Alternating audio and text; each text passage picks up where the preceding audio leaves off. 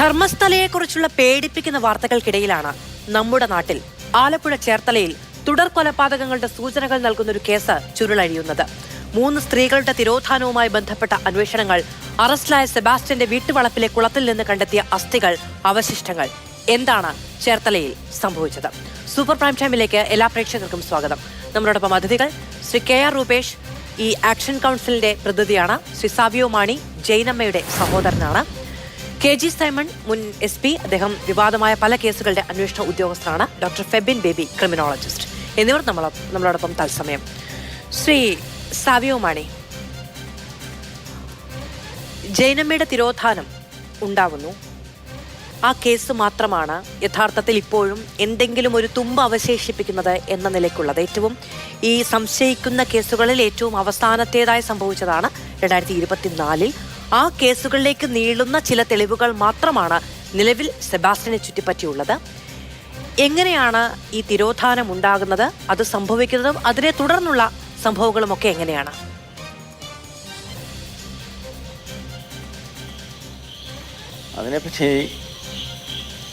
അതിനെപ്പറ്റി എനിക്കൊന്നും പറയാറായിട്ടില്ല. അത് ക്രൈംബ്രാഞ്ച് അന്വേഷിച്ചുകൊണ്ടിരിക്കുന്ന കേസാണ്. അതിനെപ്പറ്റി എനിക്ക് ഒന്നും പറയാറുള്ള ഇതായിട്ടില്ല. അത് ക്രൈംബ്രാഞ്ചിൻ്റെ കയ്യിലാണ് ഇരിക്കുന്നത്. അവരന്വേഷിച്ച് അതിൻ്റെ ചുരുൾ എന്നാണ് അവരഴിക്കണം. കേസിന്റെ അന്വേഷണത്തെക്കുറിച്ചോ നിയമപരമായ കാര്യങ്ങളെക്കുറിച്ചോ അങ്ങ് പറയേണ്ടതില്ല. എപ്പോഴാണ് ഈ സഹോദരിയെ കാണാനില്ല എന്നൊരു കാര്യം, അതിനുശേഷവും ഫോണിൽ നിന്നുള്ള മെസ്സേജുകളൊക്കെ വന്നിരുന്നു എന്നൊക്കെ വാർത്തകളിൽ കണ്ടു. ആ സംഭവം ഉണ്ടായത് എങ്ങനെയാണ്? അത് 2024 ഡിസംബർ 23 തീയതി പെങ്ങൾ എന്നെ 7:30 ആയപ്പോൾ എന്നെ വിളിച്ചിട്ടുണ്ട്. 7:30 കഴിഞ്ഞ് പിന്നെ ഈ എന്നോട് ഇവിടെ 24 തീയതി വരുമെന്നും പറഞ്ഞ് ഇവിടുന്ന് 13 തീയതി ഇവിടെ വന്നതാണ്. 13 തീയതി ഇവിടെ എൻ്റെ ഇടവപ്പള്ളി പെരുന്നാളിൽ വന്നതാണ്. 13, 14, 15, 16, 17 തീയതി ഞാൻ അവളെ ബസ് കയറ്റി വിട്ടു കഴിഞ്ഞേച്ച് എന്നോട് പറഞ്ഞു 24 തീയതി വരുമെന്നും പറഞ്ഞാൽ പോയത്. അപ്പോൾ 23 തീയതി ഇവളെന്നെ വിളിക്കുന്നു. 7:30 ആയപ്പോൾ വിളിക്കുന്നു. എൻ്റെ ചേച്ചീനെ 5:30 ആയപ്പോൾ വിളിക്കുന്നുണ്ട്. ഇത് കഴിഞ്ഞ് പിന്നെ ഇവിടെ ഇങ്ങോട്ട് വിളി വരുന്നില്ല. ഞങ്ങൾ അങ്ങോട്ട് വിളിച്ചിട്ടും മൊബൈൽ സ്വിച്ച് ഓഫ് ആണ് പറയുന്നത്. അപ്പം ഞങ്ങൾ 25, 26, 27 വരെ നോക്കി, അതൊക്കെ മൊബൈൽ സ്വിച്ച് ഓഫ് ആണ്. അപ്പോൾ 28 തീയതി ഞങ്ങൾ കൊണ്ട് ഏറ്റുമാനൂർ പോലീസ് സ്റ്റേഷനിൽ കൊണ്ട് കേസ് കൊടുക്കുന്നു. അപ്പം അവിടെ കേസ് കൊടുത്തു കഴിഞ്ഞപ്പോഴത്തേക്കും അവിടുത്തെ CI സാർ അവിടെ ഉണ്ടായിരുന്നു. ഇപ്പോൾ CI സാർ പറഞ്ഞു ഈ ജയനമ്മയുടെ ഭർത്താവിൻ്റെ വീട്, അപ്പച്ചൻ്റെ വീട്ടിൽ ചെന്ന് അന്വേഷിക്കാൻ പറയുന്നു. അപ്പം ഞങ്ങളുമായിട്ട് ഒരു വണ്ടി പോലീസുകാരുമായിട്ട് അവിടെ പോകുന്നു. അവിടെ ചെന്ന് അന്വേഷിക്കുക. അവിടെ ചെന്ന് കഴിഞ്ഞപ്പോഴത്തേക്കും ഇവരുടെ വീട്ടുകാർ, അവരുടെ കുടുംബക്കാരൊക്കെ കുറേ പേരുണ്ടായിരുന്നു. അവർ പോലീസുകാരോടൊക്കെ കുറേ ചൂടായി. അത് കഴിഞ്ഞപ്പോഴത്തേക്കും അവർ വീട്ടിലേക്ക് പോയി. പോലീസുകാർ അവരുടെ വീട്ടിലേക്ക് പോയി. അവിടെ നിന്ന് തിരിച്ചു വന്നു കഴിഞ്ഞാൽ ഞങ്ങളോട് പറഞ്ഞു നിങ്ങൾ സ്റ്റേഷനിലേക്ക് പൊക്കോളാൻ പറയുന്നു. അപ്പോൾ ഞങ്ങൾ സ്റ്റേഷനിലേക്ക് പോരുന്നു. സ്റ്റേഷനിൽ ഞാനും എൻ്റെ പെങ്ങളുമാണ്, ഞങ്ങൾ മൂത്ത സഹോദരിയാണ്. അപ്പോൾ ഞങ്ങൾ സ്റ്റേഷനിൽ വരുന്നു. സ്റ്റേഷനിൽ വന്നു കഴിഞ്ഞപ്പോൾ ഞങ്ങളോട് പറയുന്നു 2 ദിവസത്തിനുള്ളിൽ ജയനമ്മേനെ ഞങ്ങൾ കൊണ്ടുവന്ന് തരും, അപ്പം നിങ്ങൾ കൊണ്ടുപോക്കണമെന്ന് പറഞ്ഞു. അപ്പം ഞാൻ പറഞ്ഞു സാറേ എൻ്റെ പെങ്ങളാണ്, എനിക്ക് നിങ്ങൾ പോലീസുകാർ പറഞ്ഞു, ഏറ്റുമാനൂർ പോലീസുകാർ പറയുന്നു. അപ്പം ഞാൻ പറഞ്ഞു എൻ്റെ പെങ്ങളല്ലേ, ഞാൻ കൊണ്ടുപോക്കളാം, ഒരു കുഴപ്പമില്ല, കൊണ്ടുപോക്കളാം എന്ന് പറഞ്ഞു. ഇത് കഴിഞ്ഞ് വെച്ചിട്ട് എന്നാൽ ശരി നിങ്ങൾ പൊക്കോളാൻ പറയുന്നു. ഞങ്ങൾ തിരിച്ച് പോരുന്നു. ഞങ്ങൾ കട്ടച്ചിറ ഭാഗം വരെ എത്തിയുള്ളൂ. അപ്പോഴത്തേക്കും ഒരു കോള് വരുന്നു. അപ്പം ഞാൻ നിർത്തി വെച്ചിട്ട് കോൾ എടുക്കുമ്പോൾ ഞങ്ങളോട് പറയുന്നു സാറ് വിളിക്കുന്നുണ്ട്, നിങ്ങളോട് പോലീസ് സ്റ്റേഷനിലേക്ക് വരാൻ പറയുന്നു. അപ്പോൾ സാറ് വിളിക്കുന്നതെന്ന് പറയുമ്പോൾ നമുക്ക് ചെല്ലാതിരിക്കാൻ പറ്റില്ലല്ലോ. അപ്പം ഞാൻ നേരെ തിരിച്ച് ഏറ്റുമാനൂർ പോലീസ് സ്റ്റേഷനിൽ ചെല്ലുന്നു. അപ്പോൾ അവിടെ ചെന്ന് കഴിഞ്ഞപ്പോഴത്തേക്കും ഒരു 3-4 പോലീസുകാർ വട്ടത്തിൽ ഇരുന്ന് ഞങ്ങളോട് പറയുന്നു ഈ പരാതി പിൻവലിച്ചെന്നും പറഞ്ഞു എഴുതന്നെന്ന് പറഞ്ഞു. ഞാൻ പറഞ്ഞു സാറേ ഞങ്ങളിപ്പോൾ തന്നതല്ലേ ഉള്ളൂ, പിന്നെ എങ്ങനെ പിൻവലിച്ചു? അപ്പോൾ ഇവർ ഞങ്ങളോട് ചൂടായച്ച് പറയുന്നു നിങ്ങൾ എഴുതി തരാൻ പറ്റൂല എന്ന് പറയുന്നു. അങ്ങനെ നമ്മൾ എഴുതി പരാതിയില്ല പറഞ്ഞ് എഴുതി കൊടുക്കുന്നു. എന്നേരോ പറയുന്നു 2 ദിവസത്തിനുള്ളിൽ പെങ്ങളെ ജയനമ്മനെ നിങ്ങൾക്ക് എത്തിച്ചു തരും, നിങ്ങൾ കൊണ്ടുപോക്കണം എന്ന് പറയുന്നു. ശരി സാറേ, ഓക്കെ, എൻ്റെ പെങ്ങളെ ഞാൻ കൊണ്ടുപോക്കോളാം എന്ന് പറഞ്ഞു, നിങ്ങൾ എത്തിച്ചു തന്നാൽ മതി എന്ന് പറഞ്ഞു. ഇത് കഴിഞ്ഞ് വെച്ചിട്ട് ഈ 2 ദിവസം കഴിഞ്ഞിട്ടും ഒരു ഇതും കാണാത്ത കാരണം ഞാൻ നേരെ SP ഓഫീസിൽ കൊണ്ടുപോയി SP സാറിന് കേസ് കൊടുക്കുന്നു കോട്ടയത്ത്. അവിടുന്ന് ഒരു ഇതും വരാത്ത കാരണം പിന്നെ കളക്ടറിന് കൊടുക്കുന്നു. കളക്ടർ കഴിഞ്ഞ് വെച്ച് മുഖ്യമന്ത്രിക്ക് കൊടുക്കുന്നു. പിന്നെ വനിതാ കമ്മീഷണർക്ക് കൊടുക്കുന്നു, പിന്നെ എല്ലാ വകുപ്പിലും എല്ലാ സെക്ഷനിലും DGPക്ക് കൊടുക്കുന്നു, DSPക്ക് കൊടുക്കുന്നു, പിന്നെ സർക്കാരിൽ എവിടെയെല്ലാം കൊടുക്കുക അവിടെയെല്ലാം കൊടുത്തു. ഇതെല്ലാം കഴിഞ്ഞ് കുറച്ച് ആൾക്കാരൊക്കെ വേറെ എക്സ്ട്രാ വിളിച്ച് പറയിപ്പിക്കുകയൊക്കെ ചെയ്തു. ഇതെല്ലാം കഴിഞ്ഞിട്ടും ഒരു ഇതും വരുന്നില്ല. അപ്പോൾ ഇങ്ങനെ ഇരിക്കുമ്പോഴാണ് ജനുവരിയിൽ ആദ്യം ഒരു പ്രാവശ്യം എൻ്റെ ചേച്ചിയുടെ മൊബൈലിലേക്ക് ഒരു കോള് വരുന്നു. അപ്പോൾ ജയനിമ്മയുടെ കോളായിരുന്നു വരുന്നത്. അപ്പം ഞാൻ ചെന്നേച്ചത് ഏറ്റുമാറ്റി എന്ന് പറയുന്നു, സാറേ ഇന്നോലെ എൻ്റെ ചേച്ചിയുടെ മൊബൈലിലേക്ക് കോള് വന്നിട്ടുണ്ട്. അപ്പം അവർ അന്വേഷിക്കാമെന്നും പറഞ്ഞ് അവർ സൈബർ സെല്ലിനെ അന്വേഷിച്ചു.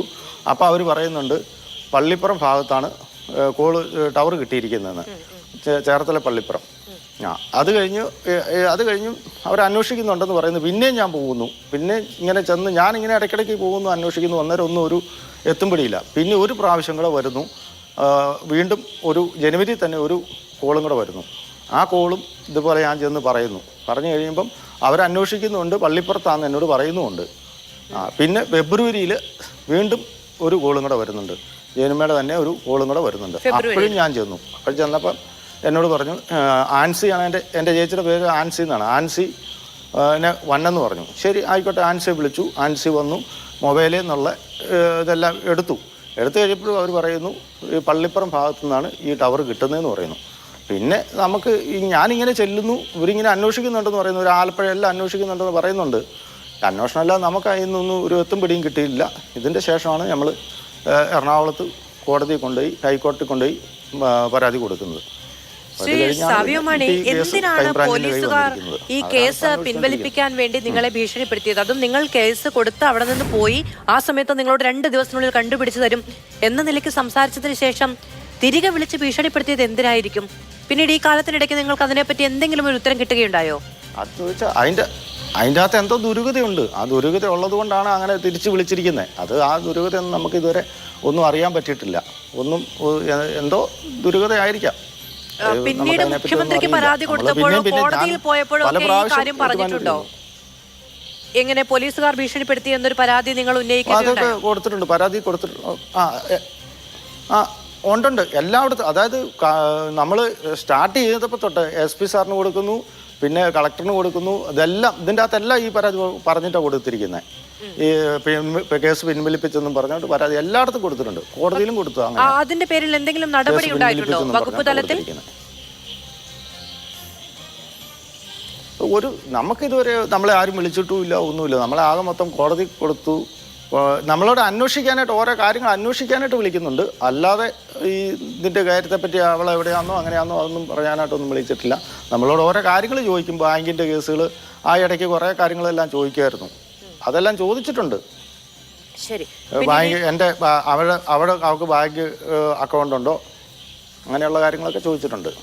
ഒറ്റ കാര്യം കൂടി ഞാൻ അങ്ങോട്ട് ചോദിച്ചോട്ടെ. അല്ലാതെ ഇതേപ്പറ്റി ഈ പള്ളിപ്പുറത്താണെന്ന് പറഞ്ഞതല്ലാതെ അതിൻ്റെ അന്വേഷണം ഉണ്ടോ എന്ന് എനിക്കറിയില്ല. ശരി, ഒറ്റ കാര്യം കൂടി ചോദിച്ചോട്ടെ. ഈ സ്വത്ത് ഈ വ്യാജരേഖ ഉണ്ടാക്കിയതുമായി ബന്ധപ്പെട്ട ചില കാര്യങ്ങൾ ഉണ്ടായിരുന്നല്ലോ, അതിനെക്കുറിച്ച് അറിയാവുന്നത് എന്തൊക്കെയാണ്? ഈ വ്യാജരേഖ ആരുടെയാണ്? ഈ സെബാസ്റ്റ്യന്റെ കേസുമായി ബന്ധപ്പെട്ട് സെബാസ്റ്റ്യനിലേക്ക് എത്തുന്നത് അങ്ങനെയാണല്ലോ. എനിക്ക് സെബാസ്റ്റ്യനുമായിട്ട് യാതൊരു ബന്ധവുമില്ല. സെബാസ്റ്റ്യനായിട്ടുള്ള കാര്യങ്ങളൊന്നും അറിയത്തില്ല. ഞാൻ എൻ്റെ പെങ്ങളെ കെട്ടിച്ചു കൊടുത്തത് കോട്ടയ്ക്കപ്പുറം കാക്കനാട്ടുകാലയിൽ അപ്പച്ചൻ എന്ന് പറഞ്ഞ വ്യക്തിക്കാണ് കെട്ടിച്ചു കൊടുത്തത്. ആ പുള്ളിക്ക് കല്യാണം കഴിച്ചു കൊടുത്തു. ആ കൊടുത്ത അന്ന് തൊട്ടേ പ്രശ്നങ്ങളായിരുന്നു, അവിടെ ഭയങ്കര പ്രശ്നങ്ങളായിരുന്നു. ഒരു പ്രാവശ്യം ഒരു 4-5 വർഷം മുമ്പ് എൻ്റെ പെങ്ങളുടെ കൈ തല്ലി ഓടിച്ചു. ഈ അപ്പച്ചൻ എന്ന് പറഞ്ഞാൽ കൈ തല്ലി ഓടിച്ചു. ഇവിടെ വന്ന് 3 മാസം മെഡിക്കൽ കോളേജിൽ പോയി അവൾ ട്രീറ്റ്മെൻറ്റ് ചെയ്തിട്ട് ഇവിടെ വന്നിട്ട് 3 മാസം ഇവിടെ നിന്നു. ഇത് കഴിഞ്ഞൊരു 3 വർഷം മുമ്പ് വീണ്ടും അവൻ കാല് തല്ലി ഓടിച്ചു വിട്ടു. അത് കഴിഞ്ഞ് വെച്ചിട്ട് ഇവിടെ വന്നു, 3 മാസം ഇവിടെ റെസ്റ്റ് എടുത്തു. വീണ്ടും ഞാൻ അപ്പോഴൊക്കെ പറയുന്നുണ്ട്, എനിമേ നീ പോകണ്ട, നീ ഇവിടെ നിന്നു ഇതൊക്കെ പറഞ്ഞാലും അവൾ എൻ്റെ അപ്പച്ചായെന്നും പറഞ്ഞാൽ അവൾ അങ്ങനെ പോയതാണ്. പോയി കഴിഞ്ഞിട്ട് പിന്നെയും ഇതിൻ്റെ അകത്തൊരു ഒരു അനിയൻ എന്ന് പറഞ്ഞ ഒരാളുണ്ട്, അനിയനും അനിയൻ്റെ വൈഫ് എന്ന് പറഞ്ഞുണ്ട്. അവർക്ക് സ്വത്ത് വേണം എന്നുള്ള എന്നാണോ എനിക്കറിയില്ല. അവരാണ് ഏത് സമയത്തും ഇവളോട് ഇറങ്ങിപ്പോക്കൂ, നീ എന്തിനാ അവിടെ ജീവിക്കുന്നത്, അങ്ങനെ ഒരുപാട് പ്രശ്നങ്ങളായിരുന്നു അവിടെ. അപ്പച്ചനായിട്ട് തല്ലായിരുന്നു. ഒരുപാട് ആൾ പീഡനം അനുഭവിച്ചിട്ടാണ് ഇപ്പോൾ അടുത്ത പീഡനം കിട്ടിയത്. ശരി ശരി, ഓക്കെ. ഞാൻ അങ്ങയിലേക്ക് വരാം. മറ്റു ചില കാര്യങ്ങൾ കൂടിയുണ്ട്. ഈ കാണാതായതിനു ശേഷവും ഫോൺ വിളിച്ചതൊക്കെ ബന്ധുക്കളെ ജീവിച്ചിരിപ്പുണ്ട് എന്ന് ബോധിപ്പിക്കാനാണ്. ചില മെസ്സേജുകൾ അയക്കുകയും പിന്നീട് ഫോൺ സ്വിച്ച് ഓഫ് ആവുകയും ഒക്കെ ചെയ്തു എന്നുള്ളതാണ് ഏറ്റവും പ്രധാനപ്പെട്ട കാര്യം. ഈ സംഭവങ്ങളുടെ തുടക്കം എന്ന് ഇപ്പോൾ പോലീസ് വിചാരിക്കുന്നത് ബിന്ദു പത്മനാഭനുമായി ബന്ധപ്പെട്ട കേസാണ്. അത് 2006 പിന്നീട് 2012 ഐഷ, പിന്നീട് 2020 സിന്ധു, പിന്നീട് 2024 ജയനമായി 4 ഇരകളാണ് ഉണ്ടായത് എന്നുള്ളതാണ് പ്രാഥമികമായ ചില സംശയങ്ങളായി ഉണ്ടാകുന്നത്. അതിൽ ഈ അന്വേഷണങ്ങളിലേക്കൊക്കെ വരുന്നത് ഈ ബിന്ദു പത്മനാഭനുമായി ബന്ധപ്പെട്ട കേസുകളുടെ തുടക്കത്തിലേക്കും ഒക്കെ വരുന്നത് ഒരു വ്യാജരേഖാ കേസുമായി ബന്ധപ്പെട്ടാണ്. ആ വ്യാജരേഖ ചമച്ചതുമായി ബന്ധപ്പെട്ട അന്വേഷണം അത് പിന്നീടാണ് ആ അന്വേഷണത്തിന്റെ പുരോഗതിയിലാണ് ബിന്ദുവിന്റെ പേരിൽ എറണാകുളം ഇടപ്പള്ളിയിൽ ഉണ്ടായിരുന്ന സ്ഥലം ഇദ്ദേഹം വ്യാജരേഖ ചമച്ച് സ്വന്തമാക്കാൻ ശ്രമിച്ചു എന്ന അന്വേഷണത്തിന്റെ തുടർച്ചയിലാണ് ഈ കേസുകളിലേക്കെല്ലാം എത്തുന്നത്. അപ്പോൾ അവിടെ സ്വത്ത് തട്ടിയെടുക്കാനുള്ള ശ്രമം ഉണ്ടാകുന്നുണ്ട്. 45-ന് മുകളിൽ പ്രായമായ 4 സ്ത്രീകളാണുള്ളത്. അവരുടെ വ്യക്തിപരമായ കാര്യങ്ങളിലേക്ക് അടക്കം ഇടപെട്ടുകൊണ്ട് നടത്തിയ ഒരു വലിയ തട്ടിപ്പിന്റെ പശ്ചാത്തലമുണ്ട്. അതൊക്കെ ചെന്നെത്തുന്ന സമയത്താണ് ഇയാളുടെ വീട്ടുവളപ്പിലെ കുളത്തിൽ നിന്ന് അസ്ഥികളടക്കം കണ്ടെത്തുന്ന സാഹചര്യമുള്ളത്. സ്ത്രീകളുടേത് എന്ന് പറയാൻ കഴിയുന്ന വസ്ത്രത്തിന്റെ ഭാഗം, ലേഡീസ് ബാഗ്, കഴുത്തിൽ അണിഞ്ഞിരുന്ന കൊന്ത, ഇങ്ങനെ പലതും അവിടെ നിന്ന് കണ്ടെത്തുന്ന സാഹചര്യം കൂടിയുണ്ട്. അങ്ങനെ ആകെ ദുരൂഹത നിറഞ്ഞ ഒരു സംഭവമാണ്. പക്ഷേ ശ്രീ KG സൈമൺ, ഇതിൽ ഏറ്റവും പ്രധാനപ്പെട്ട ഒരു കാര്യം, ഇയാളിലേക്ക് എന്ന് വിരൽ ചൂണ്ടാൻ കഴിയുന്ന ഒന്നും, അതായത് കൊലപാതകം നടത്തി എന്ന് വിരൽ ചൂണ്ടാൻ കഴിയുന്ന എന്തെങ്കിലും നിലവിൽ അന്വേഷണത്തിന്റെ ഭാഗമായി കിട്ടി എന്ന് പറയാൻ കഴിയുമോ? ശരിയാണ്, ചില CCTV ദൃശ്യങ്ങളൊക്കെ ഉണ്ട്. അത് ഈ ജയനമ്മയുടെ കേസുമായി ബന്ധപ്പെട്ടാണ്. ഫോൺ റീചാർജ് ചെയ്യാൻ എത്തിയ കടയിൽ നിന്നടക്കമുള്ള CCTV ദൃശ്യങ്ങളൊക്കെ. പക്ഷേ ഇദ്ദേഹം കൊലപ്പെടുത്തി എന്ന് സ്ഥിരീകരിക്കാൻ കഴിയുന്ന എന്തെങ്കിലും ഒന്ന് കണ്ടെത്താൻ കഴിഞ്ഞു എന്ന് അങ്ങ് വിചാരിക്കുന്നുണ്ടോ? തീർച്ചയായിട്ടും ഇതിൻ്റെ അകത്ത് ഇപ്പോഴുള്ള കേസിൽ വരുമ്പോൾ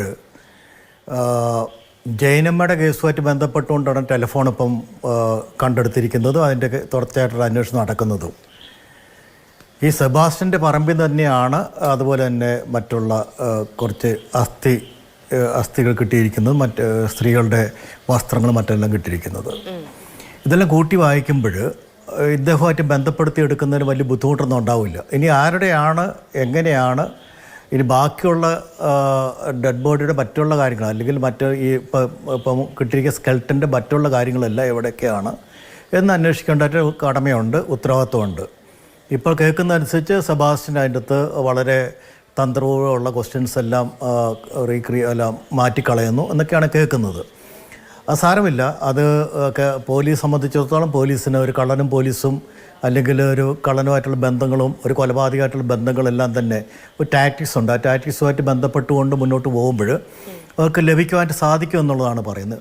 ഇവിടെ നമ്മൾ ശ്രദ്ധിക്കേണ്ട കാര്യം, ഇദ്ദേഹം തിരഞ്ഞെടുത്ത വ്യക്തികളുടെ കാര്യമാണ്. ഇതെല്ലാം ഒരു പാറ്റേണായിട്ടുള്ള വ്യക്തികളാണ്. അതായത് സ്ത്രീകളാണെങ്കിലും കൃത്യമായിട്ടുള്ള വയസ്സെന്ന് പറയുന്നത് 50 വയസ്സിന് മുകളിലുള്ള സ്ത്രീകളാണ്. അവർ കുടുംബത്തിൽ എന്തെങ്കിലും പ്രശ്നങ്ങളായിട്ട് ഒറ്റയ്ക്ക് നിൽക്കുന്നവരായിരിക്കും. ഇനി ഇദ്ദേഹത്തിന് ഇടപെടലുകളെല്ലാം തന്നെ ഇപ്പൊ ഈ ഐഷയുമായും അതോടൊപ്പം തന്നെ ജയനമ്മയുമായും ബന്ധപ്പെട്ടും ചില സ്ഥലമിടപാടുകളൊക്കെ ഉണ്ടായിരുന്നു. ഇങ്ങനെ ഒരേ രീതിയിലുള്ള ഇടപാടുകളും ഒരേ രീതിയിലുള്ള ബന്ധം സ്ഥാപിക്കലും ഒരേ രീതിയിലുള്ള കൊലപാതകങ്ങളും എന്നാണ് പോലീസ് കരുതുന്നത്. ഇതിന് ഇങ്ങനെയുള്ള ആൾക്കാരുടെ ഭയങ്കര ഒരു വലിയ പ്രശ്നമുണ്ട്. ഇവർക്ക് പ്രശ്നമല്ല, അവരെങ്ങനെയാണ് വിശ്വാസം അർപ്പിക്കുക എന്നുള്ളതാണ് നമ്മൾ ശ്രദ്ധിക്കേണ്ടത്. ഇവർ സാമ്പത്തികമായിട്ടുള്ള ഇടപാടിന് വേണ്ടിയാണ് ഇങ്ങനെയുള്ള ആൾക്കാരെ കൊല്ലുന്നത്.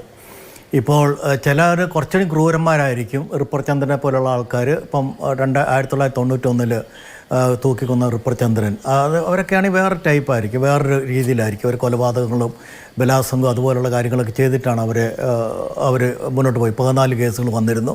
14 കേസ് 1991 അത് തൂക്കിക്കൊല്ലുന്നത്. അപ്പോൾ അങ്ങനെയുള്ള അതിക്രൂരന്മാരായ ആൾക്കാർ. ഈ കേസ് സംബന്ധിച്ചിരിക്കുന്നത് ഇതിലെല്ലാം ഒരു പാറ്റേൺ ഉണ്ട്. ഇപ്പം തന്നെ അതോട് പറഞ്ഞു 2006 സ്റ്റാർട്ട് ചെയ്തു, 2024 ആയപ്പോഴത്തെ അതിൻ്റെ ഡ്യൂറേഷൻ കുറഞ്ഞു വരുന്നത് കാണുന്നുണ്ട്. ഈ ഡ്യൂറേഷൻ കുറഞ്ഞു വരിക എന്ന് വെച്ചാൽ തന്നെ അങ്ങനെ വരുമ്പോൾ തന്നെ ആ കേസുമായിട്ട് ബന്ധപ്പെട്ടുകൊണ്ട് ഒരാളുടെ ഒരു അദ്ദേഹത്തിന് സമൂഹത്തിൽ വരുത്തുവാൻ പറ്റുന്നതായിട്ട് ചില കാര്യങ്ങൾ, ചില വിശ്വാസങ്ങളുണ്ട്. അതാണ് ഇതിൻ്റെ അകത്ത് ഇവിടെ വന്നിരിക്കുന്നത്. ഒന്നുകൂടി പറയുകയാണെങ്കിൽ, ഒരു സ്ത്രീകളുടെ ഒരിക്കൽ ഇയാൾ പോകുമ്പോൾ ഇയാൾ നല്ല മാന്യമായിട്ട് ഡ്രസ്സ് ചെയ്തിരിക്കും, അവർ സഹായിയായിട്ട് വരും. അതുപോലെ തന്നെ ഏത് സാഹചര്യത്തിലാണ് അയാൾക്ക് അവരെ സഹായിക്കാൻ പറ്റുക അത് അദ്ദേഹം മുന്നോട്ട് വെക്കും. അതുപോലെ തന്നെ വിശ്വാസം, ഇപ്പം കണ്ടില്ലേ ജയനമ്മയുടെ കാര്യത്തിൽ ഞാൻ കേട്ടത്, ഒരു വിശ്വാസം ഒരു തീർത്ഥാടന കേന്ദ്രത്തിൽ വെച്ചാണ് കണ്ടതൊക്കെയാണ് ഞാൻ വായിച്ചറിഞ്ഞത്. എനിക്കതേപ്പറ്റി അറിയത്തില്ല. എങ്കിൽ പോലും ഞാൻ അറിഞ്ഞിടത്തോളം ഒരു വിശ്വാസത്തിൻ്റെ വലിയൊരു ഒരു പിന്തുണ അതിനകത്തുണ്ടായിരുന്നു. അപ്പോൾ ഇദ്ദേഹം ഇതെല്ലാം കൂടി സ്വരൂപിച്ചുകൊണ്ട് ഇതെല്ലാം ഇവരെ കാണിച്ച് ഒരു വലിയൊരു വിശ്വാസം ഈ സ്ത്രീകൾ ജനിപ്പിച്ച ശേഷമാണ് ഇവരെല്ലാവരെയും ഇയാൾ പതിയെ അദ്ദേഹത്തിൻ്റെ കടമയിലേക്ക് കൊണ്ടുവരുന്നത്. ചിലപ്പം സാമ്പത്തികമായി ഇയാൾ നേരത്തെ സഹായിച്ചിട്ടുണ്ടാകാം, അല്ലെങ്കിൽ ഇയാൾ വസ്തു വിൽക്കാന്ന് ഒരു പ്രോമിസ് ചെയ്തിട്ടുണ്ടാകാം, അതുപോലെ ഇവർ സഹായിക്കാമെന്ന് പ്രോമിസ് ചെയ്തിട്ടുണ്ടാകാം, നിങ്ങൾക്ക് നല്ലത് ജീവിക്കാമെന്ന് പ്രോമിസ് ചെയ്തിട്ടുണ്ട്, ഇതൊക്കെ ഉണ്ടാകും. ഇങ്ങനെയൊക്കെയാണ് ഇയാൾ വിശ്വാസം അർപ്പിക്കുന്നതും ഇയാൾ മുന്നോട്ട് പോകുന്നു. അങ്ങനെയാണ് ഈ കേസ് ഇത് വന്നിരിക്കുന്നത്. ഇപ്പോൾ ഇതിൻ്റെ വന്നിരിക്കുന്ന കാര്യം ഇപ്പോൾ ലാസ്റ്റ് ഞാൻ പറയാം. അതായത് ഇപ്പോൾ അദ്ദേഹത്തിന് 2.5 ഏക്കർ ഭൂമിക്കകത്ത് നിന്ന് തന്നെയാണ് ഈ സ്കൾപ്റ്ററെല്ലാം കിട്ടിയിരിക്കുന്നത്. ഒരിക്കലും ഒരു ക്രിസ്ത്യാനി സമിതി അവരങ്ങനെയൊന്നും അതിൻ്റെ അകത്ത് ആരെയും കുഴിച്ചിടുകയോ അല്ലെങ്കിൽ വസ്തുവിൻ്റെ അകത്ത് തന്നെ കുഴിച്ചും മൂടുകയോ ഒന്നും ചെയ്യത്തില്ല. അവിടെ കൊന്ത കിട്ടിയിട്ടുണ്ട്, ഇത് ഡ്രസ്സ് കിട്ടിയിട്ടുണ്ട്. ഇതെല്ലാം ഉള്ളപ്പോഴും ഇദ്ദേഹം ഒന്ന് സമ്മതിക്കുന്നില്ല. കൂടി വന്നിട്ട് ഇയാൾ പറയാൻ പോകുന്നത് ഞാനല്ലെങ്കിൽ ഇങ്ങനെയൊക്കെ പൈസയൊക്കെ ഉണ്ടായി എനിക്ക് ഇവരെ ബന്ധം ഉണ്ടായിരുന്നൊക്കെ പറഞ്ഞ് മാറുകയാണെങ്കിൽ തന്നെയും ഇതിനൊക്കെ അന്വേഷിക്കുമ്പോൾ ടാക്ടീസ് ഉണ്ടാകും. ആ ടാക്ടീസ് വെച്ച് തന്നെ മുന്നോട്ട് പോകും. രണ്ടാമത്തെ കാര്യം, ഈ കേസിനെ അന്വേഷിച്ച് വരുമ്പോൾ അന്ന് കണ്ടിട്ടുള്ള ആൾക്കാർ ആരെങ്കിലുമൊക്കെ എവിടെന്നെങ്കിലും ഒരു 2-3 സ്റ്റേറ്റ്മെൻറ്റ് കിട്ടാൻ സാധ്യതയുണ്ട്. ഇവരെ കണ്ടതായിട്ടും ഒരുമിച്ച് കണ്ടതായിട്ടും ഒരുമിച്ച് സംസാരിച്ചതായിട്ടും ഒക്കെ ഒരു ബന്ധം സ്ഥാപിക്കാൻ വേണ്ടിയുള്ള സ്റ്റേറ്റ്മെൻറ്റ് കിട്ടാൻ സാധ്യതയുണ്ട്. 3 DNA ഫിംഗർ പ്രിൻറ്റിങ്, അതുപോലെ തന്നെ മറ്റുള്ള കാര്യങ്ങളെല്ലാം തന്നെ ഇവർ DNA കിട്ടുകയാണെങ്കിൽ ഇപ്പം ജൈനമ്മയുടെ അല്ലെന്ന് കൂട്ടിക്കോ, അല്ലെങ്കിൽ തന്നെയും ആരുടെ ആണെങ്കിലും നമുക്ക് കണ്ടുപിടിക്കാനുള്ള ബാധ്യതയുണ്ടല്ലോ. അങ്ങനെ കണ്ടുപിടിക്കാനുള്ള ബാധ്യതയുണ്ട്. ഇത് സാമ്പത്തിക ഇടപാടുകളെ സംബന്ധിച്ച് നമുക്ക് കണ്ടുപിടിക്കും കുറേ അധികം മുന്നോട്ട് പോകാനായിട്ട് സാധിക്കും. അതുപോലെ തന്നെ ഇദ്ദേഹത്തിൻ്റെ വസ്തുസംബന്ധം തീർച്ചയായിട്ടും കുറ്റകൃത്യം സ്ഥാപിച്ചെടുക്കാൻ കഴിയുമെന്ന പ്രതീക്ഷയാണ് അന്വേഷണ സംഘത്തെ ഇപ്പോൾ മുന്നോട്ട് കൊണ്ടുപോകുന്നത്. ഞാൻ അങ്ങിലേക്ക് വരാം. ശ്രീ ഡോക്ടർ ഫെബിൻ ബേബി, ഇത്രയധികം പ്രായമുള്ള ഒരാൾ ഒരു വ്യാജരേഖാ ഇടപാടുമായി ബന്ധപ്പെട്ട അന്വേഷണം ചെന്ന് നിൽക്കുമ്പോൾ ഇതാ ഇപ്പോൾ 3-4 സ്ത്രീകളുടെ മരണവുമായി ബന്ധപ്പെട്ട് അല്ലെങ്കിൽ കൊലപാതകവുമായി ബന്ധപ്പെട്ട് വരെ എത്തി നിൽക്കുകയാണ്. ഒരു സീരിയൽ കില്ലറിൻ്റെതായ നമ്മൾ പറഞ്ഞു കേട്ടിട്ടുള്ളതോ കണ്ടിട്ടുള്ളതോ എന്ന നിലയ്ക്ക് ഏതെങ്കിലുമൊക്കെ സിനിമകളിലൊക്കെ കണ്ടിട്ടുള്ളതോ വെച്ച് നോക്കുന്ന എന്തെങ്കിലും തരത്തിലുള്ള ഒന്നും നമുക്ക് ആരോപിക്കാനില്ല. പക്ഷേ തികഞ്ഞ ഒരു നിസ്സഹകരണം പ്രഖ്യാപിക്കുന്നുണ്ട്. നുണപരിശോധന അടക്കം പോലീസ് നടത്താൻ ശ്രമിക്കുമ്പോഴൊക്കെ അതിൻ്റെ എല്ലാ സാധ്യതകളെയും, അനുകൂലമായി നിൽക്കാൻ കഴിയുന്ന എല്ലാ സാധ്യതകളെയും ഉപയോഗപ്പെടുത്തി അത് ഡിനേ ചെയ്യുക, അങ്ങനെയുള്ള കാര്യങ്ങളാണ്. പോലീസ് ആവർത്തിച്ച് ചോദ്യം ചെയ്തിട്ടും ഒരു വാക്കുപോലും വിട്ടു പറയാതെ ഇരിക്കുക, ചെയ്തെന്നോ ചെയ്തില്ല എന്നോ പറയാതിരിക്കുക തുടങ്ങിയ സങ്കേതങ്ങളെ അവലംബിക്കുന്നുണ്ട്. ഇത്രയും വർഷങ്ങളെടുത്ത് നേരത്തെ ശ്രീ കെ ജി സൈമൺ പറഞ്ഞതുപോലെ പിന്നീട് ഡ്യൂറേഷൻ കുറഞ്ഞു വരുന്ന സാഹചര്യം പോലും ആരോപിക്കപ്പെടുന്നുണ്ട്. 4 പേരുടേത് എന്ന് പറയുന്നത് ഈ പാറ്റേൺ നോക്കുമ്പോൾ പുറത്തറിയുന്ന അല്ലെങ്കിൽ ഇപ്പോൾ സംശയിക്കുന്ന ആളുകളുടെ എണ്ണം എന്ന് മാത്രം കാണേണ്ടതുണ്ടോ? ഉറപ്പായിട്ടും കുറ്റവാളികൾ എന്ന് പറയുന്നത് എസ്പെഷ്യലി ഈ സീരിയൽ കില്ലേഴ്സ് അല്ലെങ്കിൽ സീരിയലായിട്ട് അല്ലെങ്കിൽ ഹാബിച്വലായിട്ട് ഒഫൻഡേഴ്സ് എന്ന് പറയുന്നത് നമ്മൾ എപ്പോൾ നോക്കിക്കഴിഞ്ഞാൽ ഒരു പാറ്റേൺ, സാറ് പറഞ്ഞാൽ ആ പാറ്റേൺ ഫോളോ ചെയ്യും. അതായത് എവിടെയാണ് ആ പാറ്റേൺ എന്ന് പറഞ്ഞിട്ടുണ്ടെങ്കിൽ വളരെ സിമ്പിളാണ്. ആ വിക്ടിമിനെ നമ്മൾ ചൂസ് ചെയ്യുന്ന സമയത്ത് അല്ലെങ്കിൽ വിക്ടിമിൻ്റെ ഒരു കോമൺ ആയിട്ടുള്ളത് കാണുന്ന സമയത്ത് നമുക്ക് കറക്റ്റായിട്ട് മനസ്സിലാവും. അതായത് ഒരേ പ്രായത്തിലുള്ള സ്ത്രീകൾ അല്ലെങ്കിൽ ആ സ്ത്രീകളുടെ വേറെബിൾസ് നോക്കി കഴിയുമ്പം ഇടയ്ക്കിടയ്ക്ക് എപ്പോഴും ഒരു കോണ്ടാക്റ്റിൽ ആരുമായിട്ടും ഇല്ലാത്തൊരു സ്ത്രീകളായിരിക്കും. ഡിറ്റക്റ്റ് ചെയ്യാനുള്ള കപ്പാസിറ്റി കുറവായിരിക്കും. അങ്ങനെയൊക്കെ അവിടെ നിൽപ്പുണ്ട്. അത് സീരിയൽ കില്ലേഴ്സിൻ്റെ ഒരു പ്രത്യേകതയാണ്. അതായത് അവർ പാറ്റേൺ എപ്പോഴും ഫോളോ ചെയ്യും. രണ്ടാമത്തെ കാര്യം എന്ന് വെച്ചിട്ടുണ്ടെങ്കിൽ നമ്മൾ ആ സെബാസ്റ്റ്യൻ എന്ന് പറഞ്ഞ വ്യക്തിയുടെ വിഷ്വൽസ് എടുത്ത് നോക്കി കഴിഞ്ഞിട്ടുണ്ടെങ്കിൽ ഒരു സമയത്ത് പോലും ഒരു തരത്തിലുള്ള കൂസലുമില്ല. ഏറ്റവും വലിയ കുറ്റവാളികൾ വരെ ഏതെങ്കിലും ഒരു സമയത്ത് പതറി പോകാറുണ്ട് പോലീസിന് മുന്നിൽ നിൽക്കുമ്പോഴും, അല്ലെങ്കിൽ പോലീസ് എന്നുള്ള ഇത്രയും വലിയൊരു സിസ്റ്റത്തിന് മുന്നിൽ നിൽക്കുമ്പോഴും, അല്ലെങ്കിൽ ഒരു ട്രയലിൻ്റെ ഇടയ്ക്ക് നിൽക്കുമ്പോഴും. പക്ഷേ അവിടെ ഒന്നും ഇത് കാണാത്ത രീതിക്ക് ഇത് അത്രയ്ക്ക് അധികമായിട്ട് കോൺഫിഡൻസ് ഈ സെബാസ്റ്റ്യൻ്റെ മുഖത്തുണ്ടെന്നുള്ളതാണ് ഇതിൻ്റെ ഏറ്റവും വലിയ കോമ്പിനേഷൻ. അതായത് ഒരു ആൻറ്റി സോഷ്യൽ പേഴ്സണാലിറ്റി ഡിസോർഡറിൻ്റെ ഒപ്പം തന്നെ ഇങ്ങനത്തെ ഒരു കോമ്പിനേഷൻ ഇത് നമ്മൾ 2006 തൊട്ടാണ് നമുക്ക് ഈ കേസുകൾ നമുക്ക് ഇപ്പോഴത്തെ അറിവ് വെച്ചിട്ട് ഉള്ളത്. ഇത് നമുക്ക് തെളിയിക്കേണ്ടിയിരിക്കുന്നത് ശരിയാണ്. പക്ഷേ 2006 എന്ന് പറയുന്ന 18 അല്ല 19 വർഷത്തിൻ്റെ ഇടയ്ക്ക് ഈ 4 എണ്ണത്തിൽ ഒതുക്കി കൂട്ടാൻ എനിക്ക് ഒരിക്കലും താല്പര്യമില്ല. എന്താ വെച്ചിട്ടുണ്ടെങ്കിൽ അത് കൂടുതലുണ്ടാകാനുള്ള ചാൻസ് ഉണ്ട്. എന്തുകൊണ്ടാണെന്ന് വെച്ചിട്ടുണ്ടെങ്കിൽ എനിക്ക് സ്ഥിരീകരിക്കാത്ത പല ഇൻഫർമേഷൻസും വരുന്നുണ്ട്. അതായത് ഇത് കൂടുതൽ ആൾക്കാരെ അപ്രോച്ച് ചെയ്തിട്ടുണ്ട്, അതല്ലെങ്കിൽ ഇവർ മാത്രമാണ് അല്ലെങ്കിൽ ഇത്രയും ആൾക്കാരാണ് നമുക്ക് അറിയപ്പെടുന്ന വിക്ടിംസ് ഈ ആളുടെ വലയിൽ വന്ന് വീണിട്ടുള്ളത്. അപ്പോൾ അതുകൊണ്ട് തന്നെ അയാളുടെ ആ മോഡസ് ഓപ്പറേണ്ടി വെച്ച് നോക്കി കഴിയുമ്പോഴത്തേക്കും അയാൾക്ക് ഇനിയും വിക്ടിംസ് ഉണ്ടാകാനുള്ള ചാൻസസ് ഉണ്ട്. എനിക്ക് തോന്നുന്നത് നാളെയോ മറ്റന്നാളാണ് നമ്മുടെ DNA ഫലം അല്ലെങ്കിൽ ഇതിൻ്റെ ശാസ്ത്രീയ പരിശോധനയുടെ ഫലം വരുന്നത്. എനിക്ക് ഇതിൽ 4 പേരിൽ കൂടാത്ത ഒരാളുടെ കുറിച്ചും ചിലപ്പോൾ ഒരു ചാൻസ് ഞാൻ പ്രതീക്ഷിക്കുന്നുണ്ട്. പക്ഷേ എന്തൊക്കെയായാലും സെബാസ്റ്റ്യൻ്റെ മുഖത്തോട്ട് നോക്കൂ. ഏതെങ്കിലും സമയത്ത് അല്ലെങ്കിൽ ആ പോലീസുകാരുടെ ഒപ്പം നിൽക്കുമ്പോഴോ അല്ലെങ്കിൽ ആ ജീപ്പിനുള്ളിൽ നിൽക്കുമ്പോഴോ ജീപ്പിനുള്ളിൽ ഇരിക്കുമ്പോഴോ അയാളുടെ ആ മുഖത്തുണ്ടാകുന്ന ഭാവവ്യത്യാസങ്ങൾ യാതൊരു തരത്തിലുള്ള ഒരു കൂടി ഉണ്ടാകുമല്ലോ. ഡോക്ടർ ഫെബിൻ ബേബി, ഇത്രയും വർഷങ്ങൾ ഒരു തെളിവും അവശേഷിപ്പിക്കാതെ ഇത്രയും ആളുകളെ ഒരുപക്ഷെ വകവരുത്തിയിട്ടുണ്ട് എങ്കിൽ അങ്ങനെ സ്വതന്ത്രമായി വിഹരിക്കാൻ കഴിഞ്ഞതിന്റെ ഒരു കോൺഫിഡൻസ് ഉണ്ടായിരിക്കും. തെളിവുകളൊന്നും ഇത്രയും കാലത്തിന് ശേഷം അവശേഷിക്കുന്നുണ്ടാകുന്നില്ല എന്നൊരു കോൺഫിഡൻസ് കൂടി ഉണ്ടായിരിക്കും. ഉറപ്പായിട്ടും അങ്ങനെ കോൺഫിഡൻസ് ഉണ്ട്. പക്ഷേ ആ കോൺഫിഡൻസിൻ്റെ പരിധി എന്ന് പറയുന്നത് നമുക്കൊരു ലിമിറ്റേഷൻ ഉണ്ടെന്ന് എനിക്ക് തോന്നുന്നു. അതായത് ഇപ്പം നമ്മൾ ഏകദേശം അവർ പല കാര്യങ്ങളും കണ്ടുപിടിച്ചതായിട്ട് പറയുന്നു. എനിക്ക് ആ തെളിവുകളുടെ സമയത്ത് അതായത് ഈ അസ്ഥികൾ കിട്ടിയിട്ടുള്ള സ്ഥലങ്ങളും ഒക്കെ വെച്ച് നോക്കുമ്പം മിസ്ലീഡിങ് ആകാനുള്ള ചാൻസ് ഉണ്ട്. എന്ന് വെച്ചിട്ടുണ്ടെങ്കിൽ ഇങ്ങനത്തെ കുറ്റവാളികൾ എസ്പെഷ്യലി ഇങ്ങനെ പ്ലാൻ ചെയ്ത് നടത്തുന്ന കുറ്റവാളികൾ ഞാനിപ്പോൾ കുറച്ച് മുമ്പ് ആ ഫോൺ ചെയ്ത പാറ്റേൺ മനസ്സിലാക്കി. അതായത് ചിലപ്പോൾ ഒരു മാസം അല്ലെങ്കിൽ 15 ദിവസമൊക്കെ കൂടുമ്പോൾ വിളിക്കുന്ന ആൾക്കാരാണെങ്കിൽ ആ ഒരു കണ്ടിന്യൂവേഷൻ ആ പാറ്റേണിൽ ഉണ്ടാക്കിയെടുക്കാനുള്ള ഒരു ചാൻസ് ആകാം ചിലപ്പം. അപ്പോൾ അങ്ങനെയുള്ള ചാൻസൊക്കെ നോക്കി അയാൾ അത്രയധികം വിദഗ്ധമായിട്ട് ചെയ്യുമ്പം ഈ എല്ലും കഷ്ണം അവിടെ ഉപേക്ഷിക്കുമോ അല്ലെങ്കിൽ അങ്ങനെ വരാനുള്ള ചാൻസസ് ഉണ്ടോ അല്ലെങ്കിൽ അവിടെ മാത്രമേ മറവ് ചെയ്യാനുള്ള ചാൻസ് ഉള്ളോ അല്ലെങ്കിൽ ഇതിനു മുമ്പ് അയാൾ ക്രയവിക്രയം ചെയ്തിട്ടുള്ള സ്ഥലങ്ങളിൽ ഇതുണ്ടോ ഒക്കെ നമുക്ക് സംശയിക്കേണ്ടിയിരിക്കുന്നത്. അത് ഞാൻ പറയുന്നത് എന്താണെന്ന് വെച്ചിട്ടുണ്ടെങ്കിൽ നമുക്ക് ഈ ഒരു അവസരത്തിൽ കൂടുതലായിട്ടുള്ള ഇൻഫർമേഷൻ ഇല്ല. ഈ സെബാസ്റ്റ്യൻ എന്ന് പറഞ്ഞ ആൾ ഇതുവരെ ഈ കുറ്റകൃത്യവുമായി ബന്ധപ്പെട്ട് ഒരു തരത്തിലുള്ള കാര്യങ്ങളെക്കുറിച്ച് സംസാരിച്ചിട്ടില്ല. അയാൾ ആ ഡെയിലി റുട്ടീനിൽ മാത്രം ഉറച്ചു നിൽക്കുന്നു. അല്ലെങ്കിൽ ഒരു തരത്തിലുള്ള ഇയാളെ അറസ്റ്റ് ചെയ്ത ശേഷം അറസ്റ്റ് ചെയ്തതിനെക്കുറിച്ച് പോലും സംസാരിക്കാതെ അത്രയും കോൺഫിഡൻസോടുകൂടി നിൽക്കുന്നു. ആ ഒരു അവസ്ഥയിലാണ് ഞാൻ പറയുന്നത്. ഇനി ഈ എന്തുകൊണ്ടാണ് അദ്ദേഹം കോൺഫിഡൻസ് ആയിട്ട് നിൽക്കുന്നതിലോട്ട് തിരിച്ചു വരികയാണെങ്കിൽ ഇനിയും അയാൾക്ക് ഒരു കോൺഫിഡൻസ് ഉണ്ടാവും. ചിലപ്പം അയാളോട് ഒരു തരത്തിലുള്ള രീതിക്കും എത്താൻ പറ്റില്ല എന്നുള്ളൊരു കോൺഫിഡൻസ് അതും ആകാൻ ചിലപ്പം. അതായത് എനിക്ക് ഈ കേസുകളിൽ എനിക്കൊന്ന് കൂടുതലായിട്ടുള്ള അന്വേഷണം വരുമ്പോൾ കുറച്ചുകൂടെ എനിക്കൊന്ന് ക്ലിയർ ആവുമെന്ന് എനിക്ക് തോന്നുന്നു. പക്ഷേ എങ്കിലും പല കാര്യങ്ങളിലും ദുരൂഹതകൾ നിലനിൽക്കുന്നുണ്ട്. ഇപ്പോഴും പല കാര്യങ്ങളും ഇനിയും അറിയാനുണ്ട്. പല കാര്യങ്ങളിലും കൂടുതലായിട്ട് ഇൻഡെപ്ത് ആയിട്ട് പോയാൽ മാത്രമേ ഇത് അറിയാനും പറ്റുള്ളൂ. എന്തൊക്കെയായാലും ഒരു കാര്യം ഉറപ്പിച്ച് പറയാം,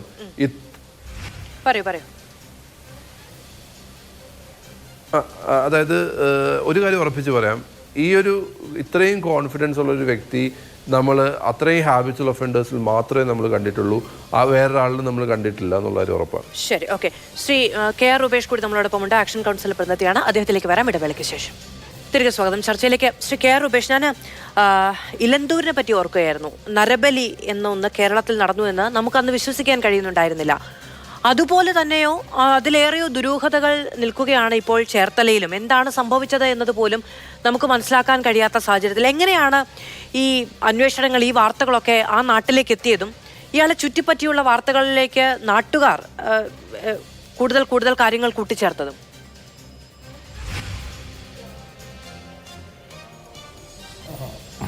നമ്മൾ 2017 മുതൽ ബിന്ദു പത്മനാഭൻ്റെ തിരോധാനവുമായി ബന്ധപ്പെട്ടുകൊണ്ട് ആക്ഷൻ കൗൺസിലിൻ്റെ ഭാഗമായിട്ട് പ്രവർത്തിക്കുന്ന ആളാണ് ഞാൻ. ഇതിൽ 2006 മുതലാണ് ബിന്ദു മിസ്സിംഗ് ആയിട്ടുള്ളത്. പക്ഷേ 2017 പരാതി വരുന്നത്.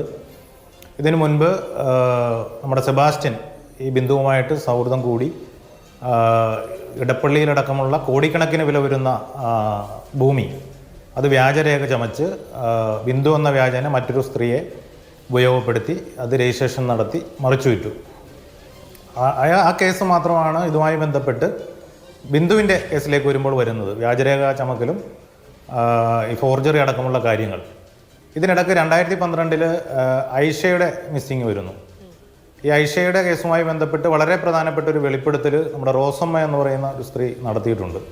റോസമ്മയുമായിട്ട് ബന്ധമുണ്ടായിരുന്ന സെബാസ്റ്റ്യൻ അതുവഴിയാണ് ഐഷയെ പരിചയപ്പെടുന്നത്.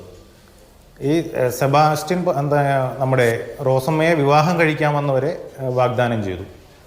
ഇതിനിടയിൽ ഐഷ മിസ്സിംഗ് ആവുന്നു. ഈ ഐഷയുടെ മിസ്സിങ്ങുമായി ബന്ധപ്പെട്ടുകൊണ്ട് സ്റ്റേഷനിൽ നിൽക്കുമ്പോൾ നമ്മുടെ റോസമ്മയുടെ മൊബൈലിലേക്ക് ഐഷയുടെ ഫോണിൽ നിന്ന് കോൾ വരെ വന്നു. പക്ഷേ ഇതൊക്കെ അന്വേഷണ സംവിധാനങ്ങൾ മുഖവിലക്കെടുത്തില്ല. സാധാരണഗതിയിലുള്ള ഒരു മിസ്സിംഗ് കേസാക്കി മാറ്റി അതിപ്പോൾ ജൈനമ്മയിൽ എത്തി നിൽക്കുകയാണ്. പക്ഷേ ജൈനമ്മയുടെ അന്വേഷണം ഇച്ചിരി മുന്നോട്ട് പോയത് ഈ ടവർ ലൊക്കേഷൻ കണ്ടുപിടിച്ചതും ഇവരുടെ സ്വർണ്ണാഭരണങ്ങൾ സെബാസ്റ്റ്യൻ ഈ ചേർത്തലയിലെ കുറച്ച് സ്ഥാപനങ്ങളിൽ, സ്വകാര്യ പണമിടപാട് സ്ഥാപനങ്ങളിൽ പണയം വെച്ചതുമായി ബന്ധപ്പെട്ട് അതൊക്കെ കണ്ടെടുക്കുകയുണ്ടായി. പക്ഷേ ഈ ബിന്ദു പത്മനാഭനും ഐഷയും ജൈനമ്മയും പിന്നെ ഏറ്റവും അവസാനം ഒരു സിന്ധു, ഇവരുടെയൊക്കെ കാര്യങ്ങൾ എടുത്താൽ സമാനമായ രീതിയിലുള്ള കുറ്റകൃത്യമാണ്, അത്തരത്തിലേക്കാണ് അദ്ദേഹം നീങ്ങിയത്. ഇപ്പൊ ഈ ജൈനമ്മയുടെ കേസുമായി ബന്ധപ്പെട്ട് കൃത്യമായ ഇടവേളകൾ ഇതിന് അദ്ദേഹം എടുത്തിട്ടുണ്ട്. ശ്രീ കെ ആർ രൂപേഷ്, ഇപ്പോ ജൈനമ്മയുടെ കേസുമായി ബന്ധപ്പെട്ട അന്വേഷണം മുന്നോട്ട് പോകുന്നതിനിടയിലാണ് പല കേസുകൾ അന്വേഷിച്ചപ്പോഴൊക്കെ ഇയാൾ സംശയനിടയിലായിരുന്നു എന്ന് വിവിധ പോലീസ് സ്റ്റേഷനുകളിൽ നിന്നുള്ള വിവരങ്ങൾ കിട്ടുന്നത്. ഈ ബിന്ദു കേസിൽ ഇദ്ദേഹത്തിനെതിരെ വ്യാജരേഖ ആരോപണം മാത്രമാണ് ഉള്ളത്. ഇവർ ഇല്ലാതെ പോയി എന്ന് ഇപ്പോഴും തെളിയിക്കാൻ കഴിയുന്ന എന്തെങ്കിലും ഉണ്ടോ? ഇവർ കൊല ചെയ്യപ്പെട്ടു എന്ന് തെളിയിക്കാൻ കഴിയുന്ന എന്തെങ്കിലും ഒന്നുണ്ടോ? ഈ കേസിന്റെ അന്വേഷണ പുരോഗതിയിൽ അത് പ്രതീക്ഷിക്കുന്നുണ്ടോ? അത് തുടക്കമുള്ള കാര്യം പറയട്ടെ. ബിന്ദുവിൻ്റെ കേസിൽ അത് പോലീസ് തന്നെയാണ് അത് അട്ടിമറിച്ചത്. അതിന് നേതൃത്വം കൊടുത്തത് അന്നിരുന്ന ജില്ലാ പോലീസ് മേധാവിയും DYSP അടക്കമുള്ള ആളുകളാണ്. അവർ സെബാസ്റ്റ്യനുമായി ആദ്യഘട്ടത്തിൽ തന്നെ കൃത്യമായൊരു ഡീലുണ്ടാക്കി. അതിൻ്റെ ഓരോ ഘട്ടങ്ങളിലും തെളിവുകളടക്കം നശിപ്പിക്കപ്പെട്ടിട്ടുണ്ട്. അതിന് ബാഹ്യ ഇടപെടലുണ്ടായിട്ടുണ്ട്. അതിൽ രാഷ്ട്രീയ സ്വാധീനം ഉണ്ടായിട്ടുണ്ട്. ഗുണ്ടാ മാഫിയ സംഘങ്ങളുമായിട്ടൊക്കെ ബന്ധമുള്ള ആളാണ് സെബാസ്റ്റ്യൻ. അതുകൊണ്ട് മാത്രമാണ് ബിന്ദുവിൻ്റെ കേസിൽ അത് ഒതുങ്ങി നിന്നതും ഈ ഐഷയുടേത് ഒന്നുമാകാതെ പോയതും ഇപ്പോൾ ജൈനമ്മയിലേക്ക് എത്തിത്തീർന്നതും. ശരി, പക്ഷേ അത്രയ്ക്ക് സ്വാധീനമുള്ള ഒരാളാണോ നമ്മളിപ്പോൾ കാണുമ്പോൾ? ശരിയാണ്, സാമ്പത്തികമായി മെച്ചപ്പെട്ട് നിൽക്കുന്ന ഒരു കുടുംബം എന്നത്, ഒരു മനുഷ്യൻ എന്നതിനപ്പുറത്തേക്ക് ഒരു ഇപ്പോൾ നേരത്തെ ജൈനമ്മയുടെ കേസിലും ജൈനമ്മയുടെ സഹോദരൻ പറയുകയാണ് പോലീസ് സ്റ്റേഷനിൽ നിന്നുണ്ടായ ദുരനുഭവം. ബിന്ദുവിന്റെ കേസിൽ നിങ്ങൾക്കും അങ്ങനെ ഒരു ദുരനുഭവം പറയാൻ കഴിയുന്നുണ്ട്. അത്രമേലൊരു സംവിധാനത്തെ ആകെ സ്വാധീനിക്കാൻ കഴിയുന്ന തരത്തിൽ ശക്തൻ എന്നൊക്കെ പറയാൻ കഴിയുമോ ഇയാളെ കുറിച്ച്? തീർച്ചയായും. സെബാസ്റ്റ്യൻ്റെ ആദ്യകാലങ്ങൾ എടുത്താൽ സാധാരണക്കാരനായി വന്നു. ഒരു ബസ്സിലെ ജീവനക്കാരനായി അദ്ദേഹം പ്രവർത്തിച്ചിട്ടുണ്ട്, ഡ്രൈവറായി പ്രവർത്തിച്ചിട്ടുണ്ട്, പിന്നീട് ഇടനിലക്കാരനായി മാറി. അദ്ദേഹത്തിൻ്റെ തുടക്കം മുതലെടുത്താൽ ഓരോ ഘട്ടങ്ങളിലും ദുരൂഹതകളുണ്ട്. അവിടെ നമ്മൾ പ്രദേശവാസികൾ തന്നെ ഇത് പറയുന്ന കാര്യമാണ്. ഓരോ ഘട്ടങ്ങളിലും ദുരൂഹത നിറഞ്ഞൊരു ജീവിതമാണ് സെബാസ്റ്റ്യൻ നയിച്ചിട്ടുള്ളത്. അതാണിപ്പോൾ ഇവിടെ വരെ എത്തി നിൽക്കുന്നത്. ഇതിൽ പ്രധാനപ്പെട്ട കാര്യം SP അടക്കമുള്ള ആളുകളിൽ ബന്ധപ്പെട്ടു എന്ന് പറയുമ്പോൾ അദ്ദേഹം DIG ആയിട്ട് വിരമിച്ച ആളാണ്. അന്ന് സർവീസിലുണ്ടായിരുന്നു. കഴിഞ്ഞിടക്കാണ് DIG ആയിട്ട് വിരമിച്ചത്. നമ്മുടെ മോൻസൺ മാവങ്കൽ കേസിലടക്കം ബന്ധമുള്ള ആളാണ് അദ്ദേഹം. കൃത്യമായിട്ട് ഇതിന് ശേഷവും അതിന് മുൻപും ഇതിൽ ബന്ധപ്പെട്ടിട്ടുണ്ട്. ഇതിനു വേണ്ടി കൃത്യമായി സഹായം ചെയ്തു കൊടുത്തിട്ടുണ്ട്. അങ്ങനെ നിരവധി ആളുകളുണ്ട്. ഞാൻ അദ്ദേഹത്തിൻ്റെ പേര് ഈ മോൻസൺ കേസിലൊക്കെ ഉള്ളതുകൊണ്ട് എല്ലാവർക്കും മനസ്സിലാവും എന്നുള്ളതുകൊണ്ട് പറഞ്ഞെന്ന് മാത്രമേ ഉള്ളൂ. അതിൽ കൃത്യമായ ഇടപെടലുണ്ട്. അതുകൊണ്ട് മാത്രമാണ് ഈ ബിന്ദുവിൻ്റെ കേസ് ഇത്തരത്തിലായിപ്പോയത്. അതുകൊണ്ടാണ് ഇപ്പോൾ ജൈനമ്മയിലേക്കും ഇങ്ങനെ വന്നിരിക്കുന്നത്. ഇപ്പോൾ തന്നെ നമുക്ക് വേറൊരു കാര്യം പറയാം. ഇപ്പോൾ ക്രൈംബ്രാഞ്ച് ഏറ്റെടുത്ത ശേഷം വലിയ മൂവ്മെൻ്റ് ഉണ്ടായിട്ടുണ്ട്. ഇപ്പോൾ ബിന്ദുവിൻ്റെ കേസ് നമ്മുടെ സ്റ്റേറ്റ് ക്രൈംബ്രാഞ്ച് ആലപ്പുഴ അന്വേഷിക്കുന്നു. ജൈനമ്മയുടേത് കോട്ടയം ക്രൈംബ്രാഞ്ച് യൂണിറ്റ് അന്വേഷിക്കുന്നു. ഇത് രണ്ടും രണ്ട് വിങ്ങായിട്ട് നിൽക്കുകയാണ്. നമ്മൾ നിരന്തരമായി ആവശ്യപ്പെടുന്നത് ഇവരുടെ എല്ലാവരുടെയും കേസുകൾ എടുത്താൽ അത് സമാനമായ രീതിയിലുള്ളതാണ്. ബിന്ദുവിൻ്റെയും ഐഷയുടെയും ജൈനമ്മയുടെയും സിന്ധുവിൻ്റെയും കേസുകൾ. ഒറ്റപ്പെട്ട് ജീവിക്കുന്ന സ്ത്രീകൾ, അവർ സൗഹൃദം സ്ഥാപിച്ചുകൊണ്ട് ഇവരുടെ വസ്തുവകൾ വിറ്റു അല്ല ആഭരണങ്ങൾ വിറ്റ് അവരെ വകവരുത്തുന്ന ഒരു രീതിയാണ് സെബാസ്റ്റ്യൻ ഇതുവരെ ചെയ്തിട്ടുള്ളത്. ഇനി മറ്റൊരു കാര്യം, ഒറ്റപ്പെട്ട് ജീവിക്കുന്ന സ്ത്രീകളുമായി ബന്ധം സ്ഥാപിക്കുന്ന ആളെന്ന നിലയിൽ ഒരാൾ പോലും പരാതി പോലും കൊടുക്കാത്ത കേസുകൾ കാണും. പിന്നെ ഇതുമായി ബന്ധപ്പെട്ട് നിരവധി ആളുകൾ ആത്മഹത്യ ചെയ്തിട്ടുണ്ട്. ഇതൊക്കെ അന്വേഷണത്തിൻ്റെ ഭാഗമായി വന്നം. അതിനായി ഇതെല്ലാം ഏകീകരിച്ചുകൊണ്ട് ഒരു വിദഗ്ധ സമിതിയെ ഇത് ഏൽപ്പിക്കണം. ഒരു സ്പെഷ്യൽ ഇൻവെസ്റ്റിഗേഷൻ ടീമിനെ വെച്ചുകൊണ്ട് ഇത് മുന്നോട്ട് പോയെങ്കിൽ മാത്രമേ സെബാസ്റ്റ്യനെ വളരെ കൃത്യമായി നിയമത്തിൻ്റെ മുൻപിൽ കൊണ്ടുവരാൻ പറ്റുകയുള്ളൂ. കാര്യം ഇപ്പോഴും നമ്മൾ ഈ അന്വേഷണത്തിൻ്റെ ഘട്ടം പരിശോധിച്ചാൽ സെബാസ്റ്റ്യനിലേക്ക് വിരൽ ചൂണ്ടുന്ന ചെറിയ തെളിവുകൾ മാത്രമേ ഉള്ളൂ. വ്യാജരേഖ ചമക്കലും സ്വത്ത് തട്ടിയെടുക്കലും. ഈ ജൈനമ്മയുടെ കേസിൽ വന്നാൽ അവരുടെ സ്വർണ്ണാഭരണങ്ങൾ പണയം വെച്ചു. ഈ സെബാസ്റ്റ്യനാണ് കൊലയാളി എന്നതിലേക്ക് എത്താൻ ഇനിയും ഒത്തിരി ദൂരം സഞ്ചരിക്കേണ്ടതായിട്ട് വരും. അതിന് വിദഗ്ധ അന്വേഷണം വേണം. അത് ശാസ്ത്രീയമായ തെളിവുകൾ സ്വീകരിക്കണം. കാര്യം സെബാസ്റ്റ്യനിൽ നിന്ന് ഒരു മൊഴി പോലും ഇതിനനുകൂലമായി കിട്ടത്തില്ല. സെബാസ്റ്റ്യൻ അതിബുദ്ധിമാനായ ഒരു കുറ്റവാളിയാണ്. ഇപ്പോഴും പരസ്പര വിരുദ്ധമായ മൊഴികളാണ് അദ്ദേഹം കൊടുക്കുന്നത്. കൃത്യമായ ഉത്തരം ഒരു ചോദ്യത്തിനും കൊടുക്കുന്നില്ല. അദ്ദേഹത്തിന്റെ മൊഴികളിൽ നിന്ന് ഒരു തെളിവും ലഭിക്കുകയില്ല. ഇപ്പോൾ ഈ DNA പരിശോധന ഫലം വന്നെങ്കിൽ മാത്രമേ അങ്ങയിലേക്കാണ് വരേണ്ടത്. അങ്ങൊന്ന് ക്ഷമിക്കണം, ഞാൻ അങ്ങയിലേക്ക് വരാം. അതിനു മുൻപ് ഞാനൊരു സംശയം ശ്രീ കെ ജി സൈമനോട് ചോദിക്കട്ടെ. ശ്രീ കെ ജി സൈമൺ, ഇപ്പൊ ഈ കേസുമായി ബന്ധപ്പെട്ടൊക്കെ ആദ്യം വാർത്തകൾ വരുന്ന സമയത്ത് എല്ലാവരും പരസ്പരം ചോദിച്ചിരുന്ന ഒരു കാര്യം, ഇന്ന് രാവിലെയും ഒരു സൈക്കോളജിസ്റ്റുമായി സംസാരിക്കുമ്പോൾ അദ്ദേഹവും ചോദിച്ചൊരു കാര്യം, നമ്മുടെ നാട്ടിൽ നിന്ന് നമ്മുടെ ഏറ്റവും പ്രിയപ്പെട്ട ഒരാളെ, നമ്മുടെ വീട്ടിൽ നിന്ന് നമ്മുടെ ഏറ്റവും പ്രിയപ്പെട്ട ഒരാളെ കാണാതെ പോയാൽ നമ്മൾ അന്വേഷിക്കില്ലേ? ഇത് 2006 മുതൽ ഇങ്ങോട്ടുള്ളതല്ലേ? ആദ്യത്തെ കേസ് മര്യാദയ്ക്ക് അന്വേഷിച്ചിരുന്നെങ്കിൽ 4 ഇരകൾ ഉണ്ടാകുമായിരുന്നോ എന്നൊക്കെയാണ്. പക്ഷെ അന്വേഷണം ആവശ്യപ്പെടുന്ന ആദ്യ സമയത്ത് തന്നെ ഉണ്ടാകുന്ന ദുരനുഭവങ്ങളെക്കുറിച്ച്, 2 കേസുകളെക്കുറിച്ച് അതിൽ നേരിട്ട് പങ്കെടുത്ത 2 ആളുകൾ നമ്മളോട് പറയുകയാണ്. ഇത്രമേൽ ഇൻഫ്ലുവൻഷ്യൽ ആയ ഒരു സീരിയൽ കില്ലർ എന്നൊക്കെ നമുക്ക് വിചാരിക്കണമെങ്കിൽ വലിയ ബുദ്ധിമുട്ടായിരിക്കും. ഒന്ന്, കാരണം നമുക്ക് മനുഷ്യന്റെ മേലോ സംവിധാനത്തിന് മേലോ ഉള്ള എല്ലാ വിശ്വാസത്തെയും ചോദ്യം ചെയ്യുന്ന വെളിപ്പെടുത്തലുകളാണ് അതൊക്കെ. എങ്ങനെയാണ് അങ്ങനെ പിഴവുണ്ടാകുന്നത് സംവിധാനത്തിന്?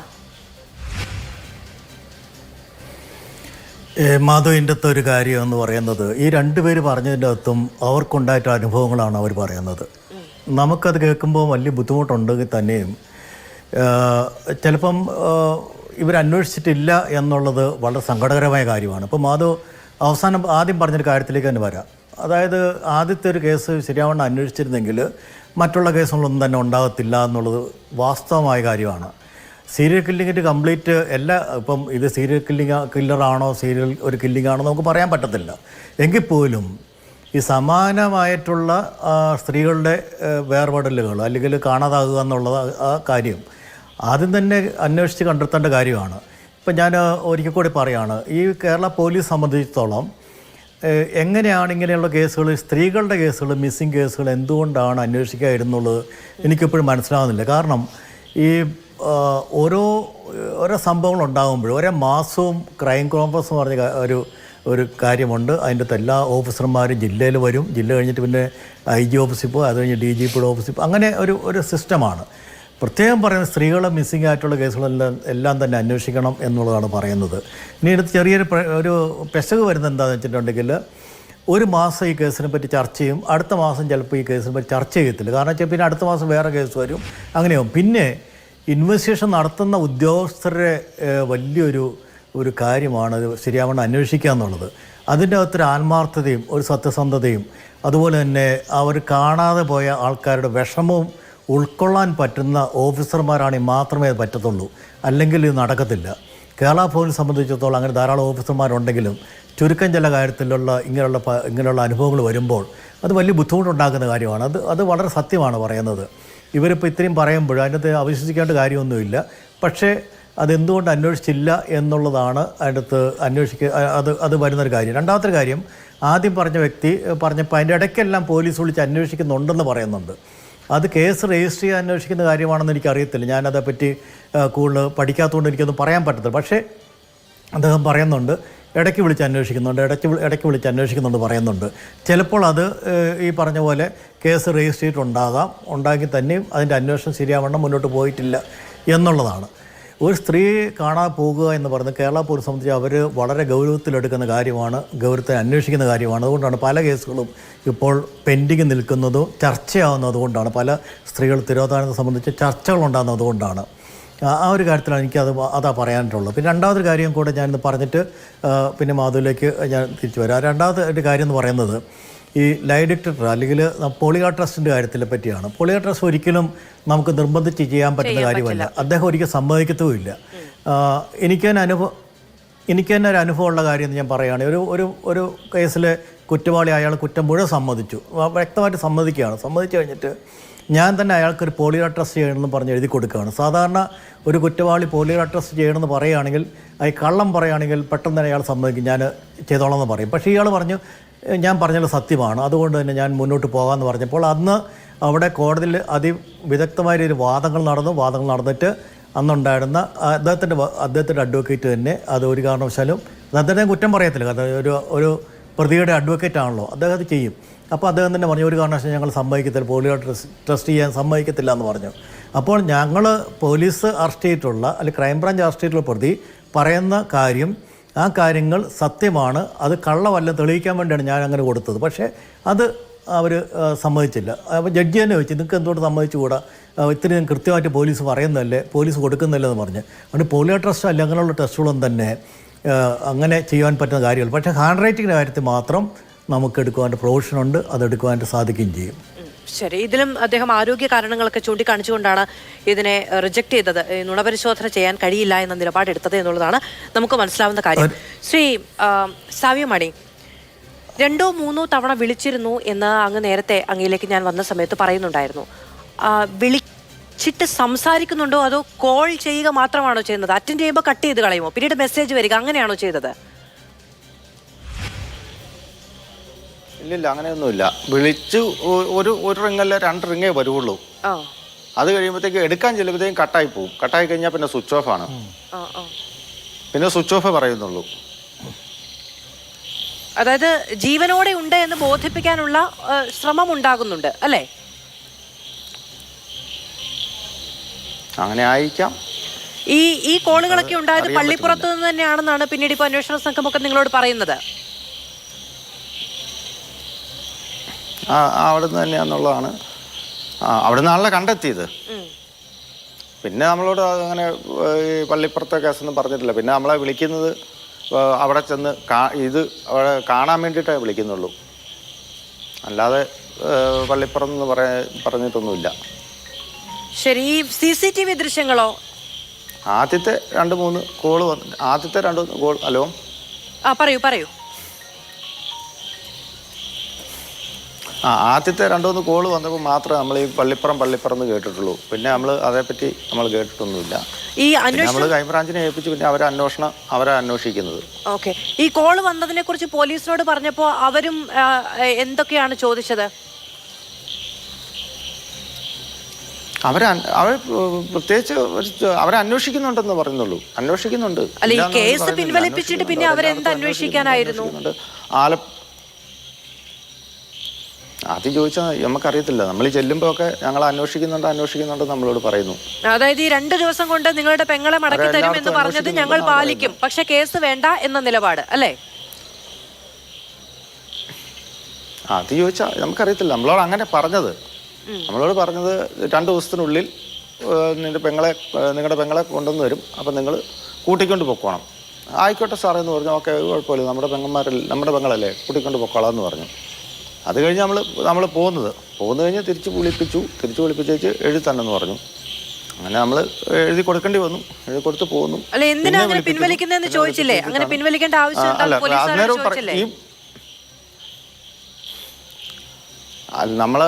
ഇവിടെ ചൂടായതുകൊണ്ട് നമ്മൾ അങ്ങനെ ചോദിച്ചില്ല. ആദ്യം നമ്മൾ ചോദിച്ചു, പെങ്ങളാ ചോദിച്ചത്. എൻ്റെ മൂത്ത സിസ്റ്റർ ചോദിച്ചു, സാറേ ഞങ്ങൾ എഴുതി തരികയില്ല എന്നൊക്കെ പറഞ്ഞു. കഴിഞ്ഞപ്പോൾ അവർ പറഞ്ഞു പറ്റിയില്ല, എഴുതി തന്നെന്ന് പറഞ്ഞു. അങ്ങനെ എഴുതി കൊടുത്തു കഴിഞ്ഞ് വെച്ചിട്ടാണ് ഞങ്ങളോട് വീണ്ടും പറയുന്നു 2 ദിവസത്തിനുള്ളിൽ നിങ്ങളെ പെങ്ങളെ കൊണ്ടുപോക്കണമെന്ന് പറയുന്നു. പിന്നെ നമ്മൾ പിന്നെ കാണാതെ വന്നപ്പോഴാണ് പിന്നെ ബാക്കി നമ്മൾ മുന്നോട്ടുള്ള കേസുമായിട്ട് മാറിയത്. ശരി, ഇപ്പൊ ജയമയെ കാണാതായതിനു ശേഷം ഇദ്ദേഹവുമായിട്ടുള്ള ബന്ധം തുടങ്ങിയ കാര്യങ്ങളൊക്കെ ഉണ്ടായിരുന്നല്ലോ, പരിചയമുണ്ട്, സ്വർണം പണയം വെച്ചിട്ടുണ്ട്, CCTV ദൃശ്യങ്ങൾ കിട്ടിയിട്ടുണ്ട്. ആ വഴിക്ക് നേരിട്ട് അന്വേഷണം എന്തെങ്കിലും നടത്തിയിരുന്നോ?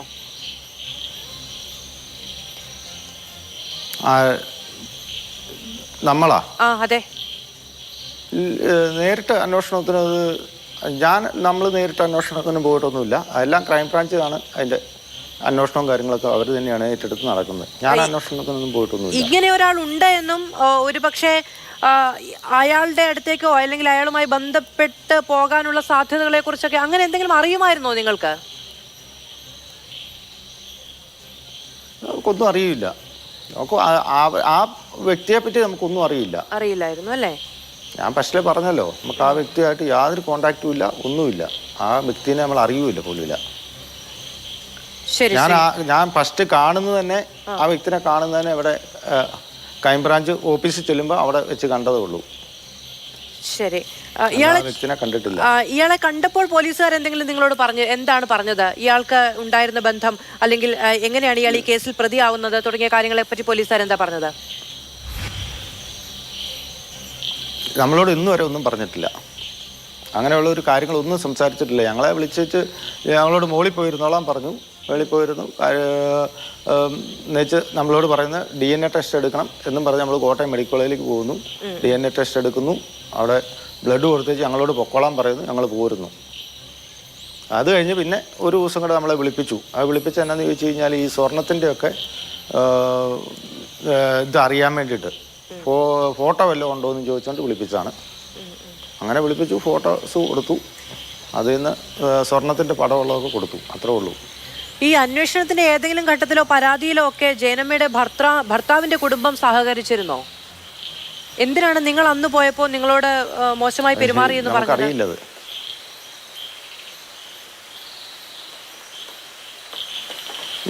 എവിടെ പോയപ്പം ഈ വീട്ടിൽ അന്വേഷിച്ചു പോയി എന്ന് പറഞ്ഞില്ലേ? ജയനമ്മയുടെ ഭർത്താവിന്റെ വീട്ടിൽ അന്വേഷിച്ചു പോയി എന്ന് പറഞ്ഞില്ലേ നേരത്തെ? അതിനെപ്പറ്റി ഒന്നും നമുക്കറിയില്ല. അങ്ങനെയുള്ള കാര്യങ്ങളൊന്നും നമുക്കറിയത്തില്ല. നമ്മളോട് അങ്ങനെയുള്ള കാര്യങ്ങളൊന്നും സംസാരിച്ചിട്ടില്ല. പിന്നെ നമുക്ക് അതിനെപ്പറ്റി അറിയില്ല. നമ്മളോട് അവിടെ ചെന്ന് കഴിഞ്ഞപ്പോൾ അവർ ചൂടായി. അന്ന് കഴിഞ്ഞപ്പോഴത്തേക്കും അവരെ അങ്ങോട്ട് പോയിട്ട് വന്നു കഴിഞ്ഞപ്പം നമ്മളോട് സ്റ്റേഷനിലേക്ക് പൊക്കോളാൻ പറഞ്ഞു. നമ്മൾ സ്റ്റേഷനിലേക്ക് പോന്നു. സ്റ്റേഷനിൽ പോന്നു. വന്നു കഴിഞ്ഞ് പിന്നെ ബാക്കിത്തെ കേസുകളൊക്കെ ഞാൻ പറഞ്ഞു കഴിഞ്ഞതാണ്. ശരി, ശ്രീ ഫെബിൻ ബേബി, ഇപ്പോൾ 2020 സിന്ധുവിനെ കാണാതാകുന്നത്. അന്ന് അവർക്ക് 43 വയസ്സാണ്. മകളുടെ വിവാഹ നിശ്ചയത്തിന് തൊട്ട് മുൻപാണ് ഇവരെ കാണാതാകുന്നത്. സാധാരണഗതിയിൽ ഇപ്പോൾ എന്തുതരം ബന്ധത്തിന്റെ പേരിലാണെങ്കിലും, എത്ര ആത്മബന്ധത്തിന്റെ പേരിലാണെങ്കിലും മകളുടെ വിവാഹത്തിന് മുൻപ് വീട് വിട്ടു പോവുക എന്ന് പറയുന്നൊരു സാഹചര്യം, അല്ലെങ്കിൽ വിവാഹ നിശ്ചയത്തിന് മുമ്പ് വീട് വിട്ടു പോവുക എന്ന് പറയുന്നത് വളരെ അസാധാരണമായ സാഹചര്യങ്ങളിൽ മാത്രം മനുഷ്യൻ ചെയ്യുന്നതാണ്. പക്ഷേ നമുക്കിപ്പോൾ ഇത്രയും വലിയൊരു ക്രൈമിൻ്റെ മുന്നിൽ നിൽക്കുമ്പോൾ മനുഷ്യൻ എന്ത് ചെയ്യും എന്നൊന്നും വിചാരിക്കാനോ കഴിയില്ല. അങ്ങനെ ഇത്രയും വലിയ ക്രൈം ചെയ്യുന്ന ആളുകളുള്ളപ്പോൾ സാധാരണ മനുഷ്യർ എങ്ങനെ ചെയ്യും എന്ന് നമുക്ക് ജനറലൈസ് ചെയ്ത് നോക്കാൻ പോലും ശേഷി ഉണ്ടാകില്ല. കാരണം നമ്മുടെ മുന്നിൽ നിൽക്കുന്ന മനുഷ്യൻ, 70 വയസ്സുള്ള ഒരു മനുഷ്യൻ നമ്മുടെ മുന്നിൽ നിന്നാൽ സ്വാഭാവികമായി നമ്മൾ അയാൾക്ക് കുറച്ച് റെസ്പെക്റ്റ് കൊടുക്കുക, അയാളോട് ബഹുമാനത്തോടു കൂടി സംസാരിക്കുക എന്ന രീതിക്കാണ്. പക്ഷെ ആ പ്രായത്തിലുള്ള ആളുകൾ ആണ് ഇത്രയും വലിയ ക്രൈമുകളൊക്കെ ചെയ്തു വെച്ചിരിക്കുന്നത് എന്നത് നമുക്ക് വിശ്വസിക്കാൻ പോലും കഴിയാത്ത സാഹചര്യമുണ്ട്. അപ്പോൾ ഈ സ്ത്രീകളെ ഭീഷണിപ്പെടുത്തി കൊണ്ടുപോകാനോ ബ്ലാക്ക്മെയിൽ ചെയ്ത് കൊണ്ടുപോകാനോ സാമ്പത്തികമായ ഇടപാടുകളുടെ പേരിൽ ചർച്ചയ്ക്ക് വിളിക്കാനോ അങ്ങനെയുള്ള സാധ്യതകളൊക്കെ കൂടി പറഞ്ഞു കേൾക്കുന്നുണ്ട് പലരും. ശരിക്കും നമ്മളൊരു ഈ പറയുന്ന വിക്ടിംസിനെ കുറിച്ച് ആലോചിക്കുമ്പോൾ ഏറ്റവും കൂടുതൽ നമ്മൾ ഏറ്റവും നല്ല പോയിൻ്റായിട്ട് തോന്നുന്നതെന്ന് വെച്ചിട്ടുണ്ടെങ്കിൽ ആ വിക്ടിം എല്ലാം ഒരു ഒറ്റയ്ക്ക് താമസിക്കുന്ന ആൾക്കാർക്ക് ഏറ്റവും കൂടുതൽ വേണ്ടതെന്ന് വെച്ചിട്ടുണ്ടെങ്കിൽ ഹെൽപ്പാണ്. ഒരു പക്ഷേ സെബാസ്റ്റ്യൻ ആ ഹെൽപ്പിലൂടെയോ അല്ലെങ്കിൽ അവർക്ക് വേണ്ടുന്ന കാര്യങ്ങൾ, ഉദാഹരണം പറയുകയാണെങ്കിൽ വസ്തു ഇടപാട് അല്ലെങ്കിൽ അവർക്ക് വേണ്ടുന്ന ബാക്കി കാര്യങ്ങളൊക്കെ ചെയ്തിട്ടുണ്ടാവും. എന്തുകൊണ്ടെന്ന് വെച്ചിട്ടുണ്ടെങ്കിൽ അങ്ങനെ ആകാൻ ചിലപ്പം അങ്ങനെ സൗഹൃദം സ്ഥാപിക്കാം. ഇങ്ങനെയുള്ള ആൾക്കാരെ കറക്റ്റായിട്ട് മോണിറ്റർ ചെയ്യുക. രണ്ടാമത്തെ കാര്യം എന്ന് വെച്ചിട്ടുണ്ടെങ്കിൽ ഇങ്ങനത്തെ ആൾക്കാരുടെ പ്രത്യേകത ഈ ബന്ധുക്കൾ വിളിക്കുന്ന ഫ്രീക്വൻസി എന്ന് പറയുന്നത് വളരെ ഇമ്പോർട്ടൻ്റ് ആയി കാര്യത്തിൽ. ഇപ്പോൾ എല്ലാ ദിവസവും മാറി നിൽക്കുന്ന ആൾക്കാരെ എല്ലാ ദിവസവും ബന്ധുക്കൾ വിളിക്കുന്നുണ്ട്. ഇന്ന് എല്ലാ ദിവസവും ബന്ധുക്കൾ വിളിക്കും, 2-3 ദിവസം കിട്ടാതെ ആകുമ്പോൾ ഉറപ്പായിട്ട് അന്വേഷിച്ച് ചെല്ലും. അങ്ങനെ ഒരു സംഭവം കൂടെ കൂടി അയാൾ മനസ്സിലാക്കണമെങ്കിൽ അവരോട് കൂടുതലായിട്ട് സൗഹൃദത്തിൽ സ്ഥാപിച്ചാൽ മാത്രമേ പറ്റുള്ളൂ. മൂന്നാമത്തെ കാര്യം എന്ന് വെച്ചിട്ടുണ്ടെങ്കിൽ അവരെ അപ്രോച്ച് ചെയ്യാൻ വേണ്ടി ലൈസൻസ് എന്ന് പറയുന്നത് വസ്തു കച്ചവടമായിട്ടുള്ളൊരു ബ്രോക്കർ എന്നുള്ളൊരു ലേബലാണ് സെബാസ്റ്റ്യനുള്ളത്. ഇനി പ്രായത്തിൻ്റെ കാര്യം പറയുകയാണെങ്കിൽ ഇത്രയും പ്രായമായ വ്യക്തി എന്ന് പറയുന്നത് അതും ഒരു ലൈസൻസ് ആയിട്ട് എടുക്കാം. അതായത് ഇത്രയും പ്രായമായ വ്യക്തിയുടെ അടുത്ത് ഒരാൾ കൊടുക്കുന്ന റെസ്പെക്റ്റ് ആകാം, ചിലപ്പം ആ രീതിക്കാകാം, അല്ലെങ്കിൽ അവർക്കൊരു അങ്ങനെ ഒരാളെ അവിശ്വസിക്കേണ്ടതായ ഒരു സാഹചര്യമില്ലെന്നുള്ള തോന്നലാകാം ചിലപ്പോൾ അവരെ ഇങ്ങോട്ട് നയിച്ചിട്ടുണ്ടാകുക, അല്ലെങ്കിൽ വിശ്വാസം വരുത്തിയിട്ടുണ്ടാകുക. അങ്ങനെയുള്ള കാര്യങ്ങളൊക്കെ നമ്മൾ ഇതിൻ്റെ അകത്തുണ്ട്. നമ്മൾ കുറച്ചുകൂടെ ഡീറ്റെയിൽ ആയിട്ട് പറയുകയാണെങ്കിൽ സെബാസ്റ്റ്യൻ ലേറ്റ് മാരേജ് ആണെന്ന് പറഞ്ഞു. അത് 2006 മുമ്പും അല്ലെങ്കിൽ ലേറ്റ് മാരേജിന് മുമ്പുള്ള ഒരു സെബാസ്റ്റ്യനെ കുറിച്ചുള്ള കാര്യങ്ങൾ എനിക്ക് തോന്നുന്നു ഇവിടെ ആക്ഷൻ കൗൺസിലിൻ്റെ ആൾ പറഞ്ഞു. അപ്പോൾ പക്ഷേ എങ്കിലും അയാളുടെ ബിഹേവിയർ എങ്ങനെയായിരുന്നു, അയാളുടെ കോമൺ ആയിട്ടുള്ള കാര്യങ്ങൾ എന്താണോ അങ്ങനത്തെ കാര്യങ്ങളൊക്കെ നമുക്ക് ഇതിൻ്റെ അകത്ത് വരേണ്ടതാണ്. ഇനി വേറൊരു കാര്യം കൂടെ, നമ്മൾ കുറച്ച് മുമ്പ് കോളിൻ്റെ കാര്യം സംസാരിച്ചു. അതായത് 1-2 റിങ്ങുകൾ കഴിഞ്ഞതിന് ശേഷം അത് കട്ടായി പോകാന്ന്. അതിൻ്റെ അർത്ഥം എവിഡൻ്റ് ആണ്, ജീവിച്ചിരിപ്പുണ്ടെന്ന്, അല്ലെങ്കിൽ പെട്ടെന്നുള്ളൊരു അന്വേഷണം അല്ലെങ്കിൽ പെട്ടെന്നൊരു അന്വേഷണം ഒഴിവാക്കാൻ വേണ്ടിയുള്ള ഒരു ചിലപ്പം ഒരു ശ്രമമായിട്ട് നമുക്ക് വേണമെങ്കിൽ കണക്കാക്കാം. രണ്ടാമത്തെ കാര്യം എന്ന് വെച്ചിട്ടുണ്ടെങ്കിൽ വിളിച്ച സമയം, അത് ഒരു ഫ്രീക്വൻസി അല്ലെങ്കിൽ ഒരു പാറ്റേൺ അതിൻ്റെ അകത്ത് ഫോളോ ചെയ്യണം. അതായത് പൊതുവെ മനുഷ്യന്മാരെല്ലാവരും, എസ്പെഷ്യലി ഇങ്ങനത്തെ ക്രിമിനലായിട്ട് സംശയിക്കുന്ന ആൾക്കാരെല്ലാവരും ഒരു പാറ്റേൺ ഫോളോ ചെയ്യും. അത് എല്ലാ കാര്യങ്ങളിലും പാറ്റേൺ ഫോളോ ചെയ്യുന്നുള്ളതാണ് നമ്മൾ അതിനകത്ത് കാണാനുള്ളത്. അപ്പോൾ അതുകൊണ്ടാണ് ഞാൻ പറയുന്നത്, അതായത് ഇത്രയേറെ എന്താ പറയുക, പ്രായമെന്നോ അല്ലെങ്കിൽ അയാളുടെ ഈ ആൻറ്റി സോഷ്യൽ പേഴ്സണാലിറ്റി ഡിസോർഡറിൻ്റെ പ്രത്യേകത തന്നെ ഒരാളെ ഈസി ആയിട്ട് മാനിപ്പുലേറ്റ് ചെയ്യാനും ചാമിങ് ആയിട്ട് നിൽക്കാനുള്ള കഴിവാണ്. അപ്പോൾ അങ്ങനെ ഒരു പേഴ്സണാലിറ്റി ഡിസോർഡർ ഉള്ള ആളാണെങ്കിൽ അത് ഭയങ്കര ഈസിയാണ് ഒരാളെ വീഴ്ത്താനും അല്ലെങ്കിൽ അവർക്ക് ഒരു സ്പെഷ്യലായിട്ട് തോന്നിക്കാനും അല്ലെങ്കിൽ ഏറ്റവും നല്ലൊരു സൗഹൃദത്തിലാകാനും ഒക്കെ അവർക്കുള്ളൊരു പ്രത്യേക കഴിവാണ്. പക്ഷേ ഒറ്റ കാര്യം മാത്രമേ ഉള്ളൂ എൻ്റെ അത് ഇല്ലാത്തത്, ഇമോഷണലായിട്ടുള്ള അറ്റാച്ച്മെൻറ്റുകളോ ഇമോഷണലായിട്ടുള്ള ബേർഡൻസോ അങ്ങനെ സാധനങ്ങളൊന്നും അവർക്കുണ്ടാകില്ല. അവരുടെ ഒരു മോട്ടീവ് ഉണ്ടാവും, അല്ലെങ്കിൽ ഒരു ഇതുണ്ടാവും, ആ പാറ്റേണിലൂടെ അവർ പോയിക്കൊണ്ടിരിക്കും. ഇത് തന്നെയാണ് ഞാൻ വിചാരിക്കുന്നത് ഈ കാര്യത്തിൽ, ഈ പ്രായം എന്നുള്ള കാര്യം പറയുമ്പോഴും ഞാൻ വിചാരിക്കും. ശരി, ഇത്രയധികം ആളുകളെ മാനിപ്പുലേറ്റ് ചെയ്യാൻ കഴിയുന്ന ഒരാൾക്ക് ഇങ്ങനെയൊക്കെ ക്രൂരമായ കൊലപാതകങ്ങൾ ചെയ്യാൻ കഴിയുന്ന ഒരാളാണ് എങ്കിൽ ഇത്രയും തെളിവുകൾ പിന്നീട് ബാക്കി വെക്കുമോ എന്നതടക്കം, ഇപ്പോൾ അസ്ഥികൾ എന്നതിനപ്പുറത്തേക്ക് ബാഗ്, കൊന്ത തുടങ്ങിയ കാര്യങ്ങളൊക്കെ അതേ വീട്ടുവളപ്പിൽ അവശേഷിപ്പിക്കുമോ എന്നൊരു സംശയം കൂടി സ്വാഭാവികമായി ഉണ്ടാകും. തുടർ പരിശോധനകൾ ഉണ്ടാകില്ലേ, എന്തെങ്കിലും തെളിവുണ്ടെങ്കിൽ നശിപ്പിക്കില്ലേ തുടങ്ങിയ കാര്യങ്ങളൊക്കെ. നമുക്കതുകൂടി സംസാരിക്കാം ഇടവേളയ്ക്ക് ശേഷം. തിരികെ സ്വാഗതം ചർച്ചയിലേക്ക്. ശ്രീ KR രൂപേഷ്, ഇതിന്റെ അന്വേഷണത്തിന്റെ പുരോഗതി എന്താകും എന്നാണ് ആക്ഷൻ കൗൺസിൽ വിചാരിക്കുന്നത്? നിങ്ങളിപ്പോൾ വർഷങ്ങളായി ഇതിന് പിന്നാലെയാണല്ലോ, അതിന് പിന്നാലെയാണ് ഈ കേസുകളൊക്കെ വരികയും ചെയ്യുന്നത്. ഇപ്പോഴൊരു തുമ്പ് എന്ന നിലയ്ക്ക് നിങ്ങൾ ഇതിനെ വളരെ കാര്യമായി കാണുകയും ചെയ്യുന്നത്.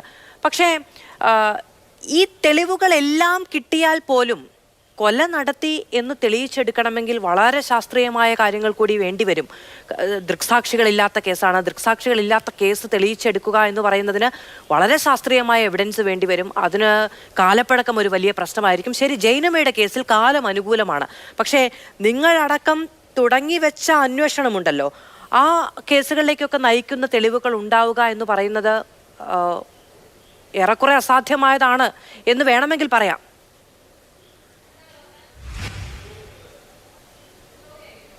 അതെ, തീർച്ചയായിട്ടും. ഇതിൽ വലിയ കാലയളവ് എടുത്തിട്ടാണ് ഓരോ കുറ്റകൃത്യവും അദ്ദേഹം ചെയ്യുന്നത്. അപ്പോൾ ബിന്ദുവിൻ്റെയും ഐഷയുടെയും ജൈനമ്മയുടെയും സിന്ധുവിൻ്റെയൊക്കെ എടുത്താൽ നമുക്ക് അതിൽ മനസ്സിലാവും, തെളിവുകൾ പൂർണ്ണമായും ആ സമയത്ത് നശിപ്പിക്കപ്പെടും എന്നുള്ളതാണ്. അതിന് അദ്ദേഹത്തിൻ്റെ കൂടെ സഹായത്തിന് ആളുകൾ കാണും. ഈ സെബാസ്റ്റ്യൻ ഒറ്റക്കായിരിക്കത്തില്ല ഇതൊന്നും ചെയ്യുന്നത്.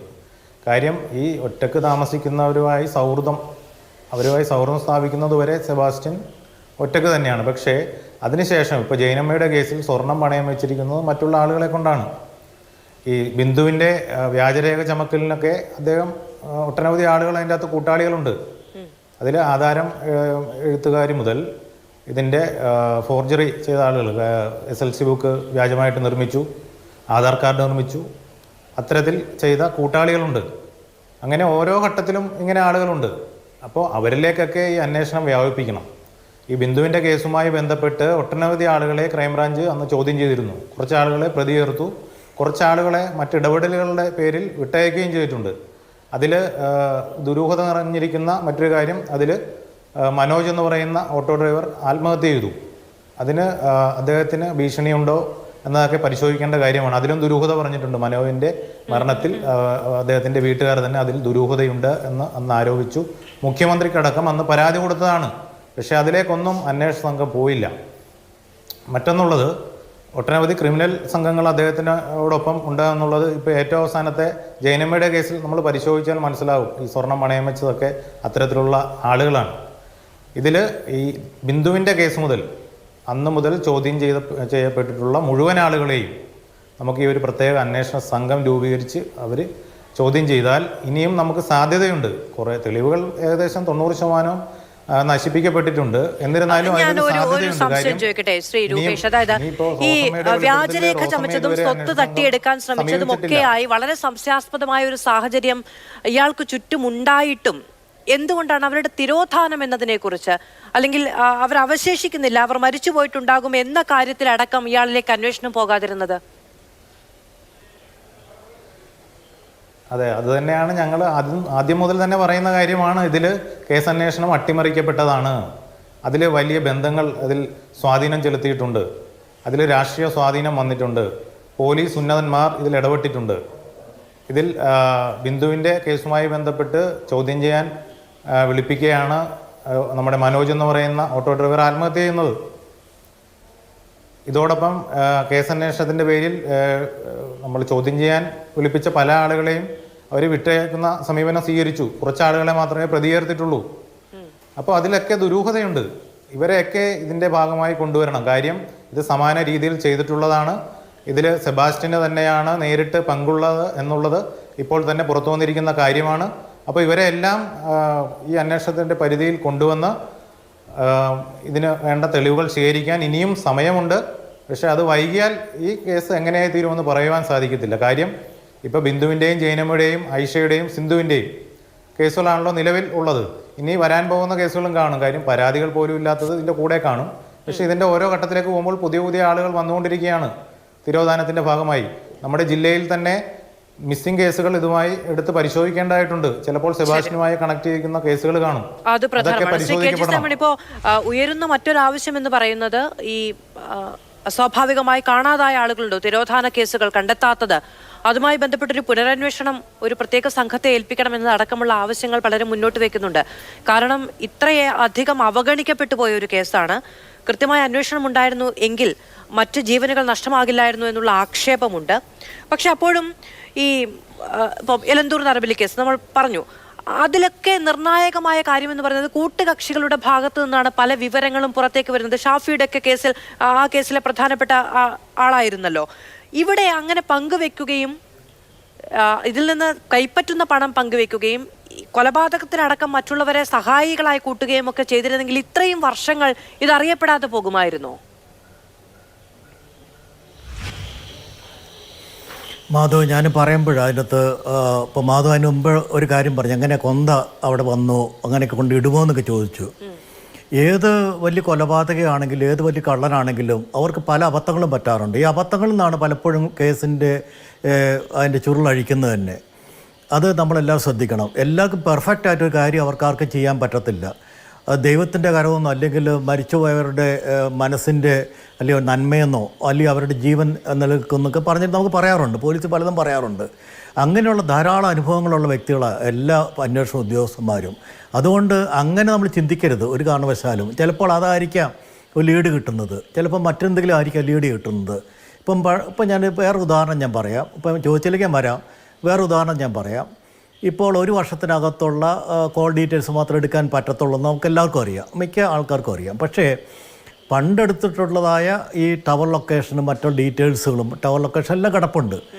അതെല്ലാം മറ്റ് പല കേസുകളുടെയും കിടപ്പുണ്ട്. അതൊക്കെ ഇനി ഇവർ റിട്രൈവ് ചെയ്യും. ഇനിയിപ്പം ക്രൈംബ്രാഞ്ച് റിട്രൈവ് ചെയ്യും. ക്രൈംബ്രാഞ്ച് അന്വേഷണം എന്ന് പറയുന്നത് അത് ലോക്കൽ പോലീസുമായിട്ട് വളരെ വ്യത്യസ്തമാണ്. അവർ ചെയ്തിട്ടുള്ള കുറ്റങ്ങൾ, അത് കുറവുകൾ എന്തെങ്കിലും ഉണ്ടെങ്കിൽ അത് കണ്ടുപിടിക്കും അവർ.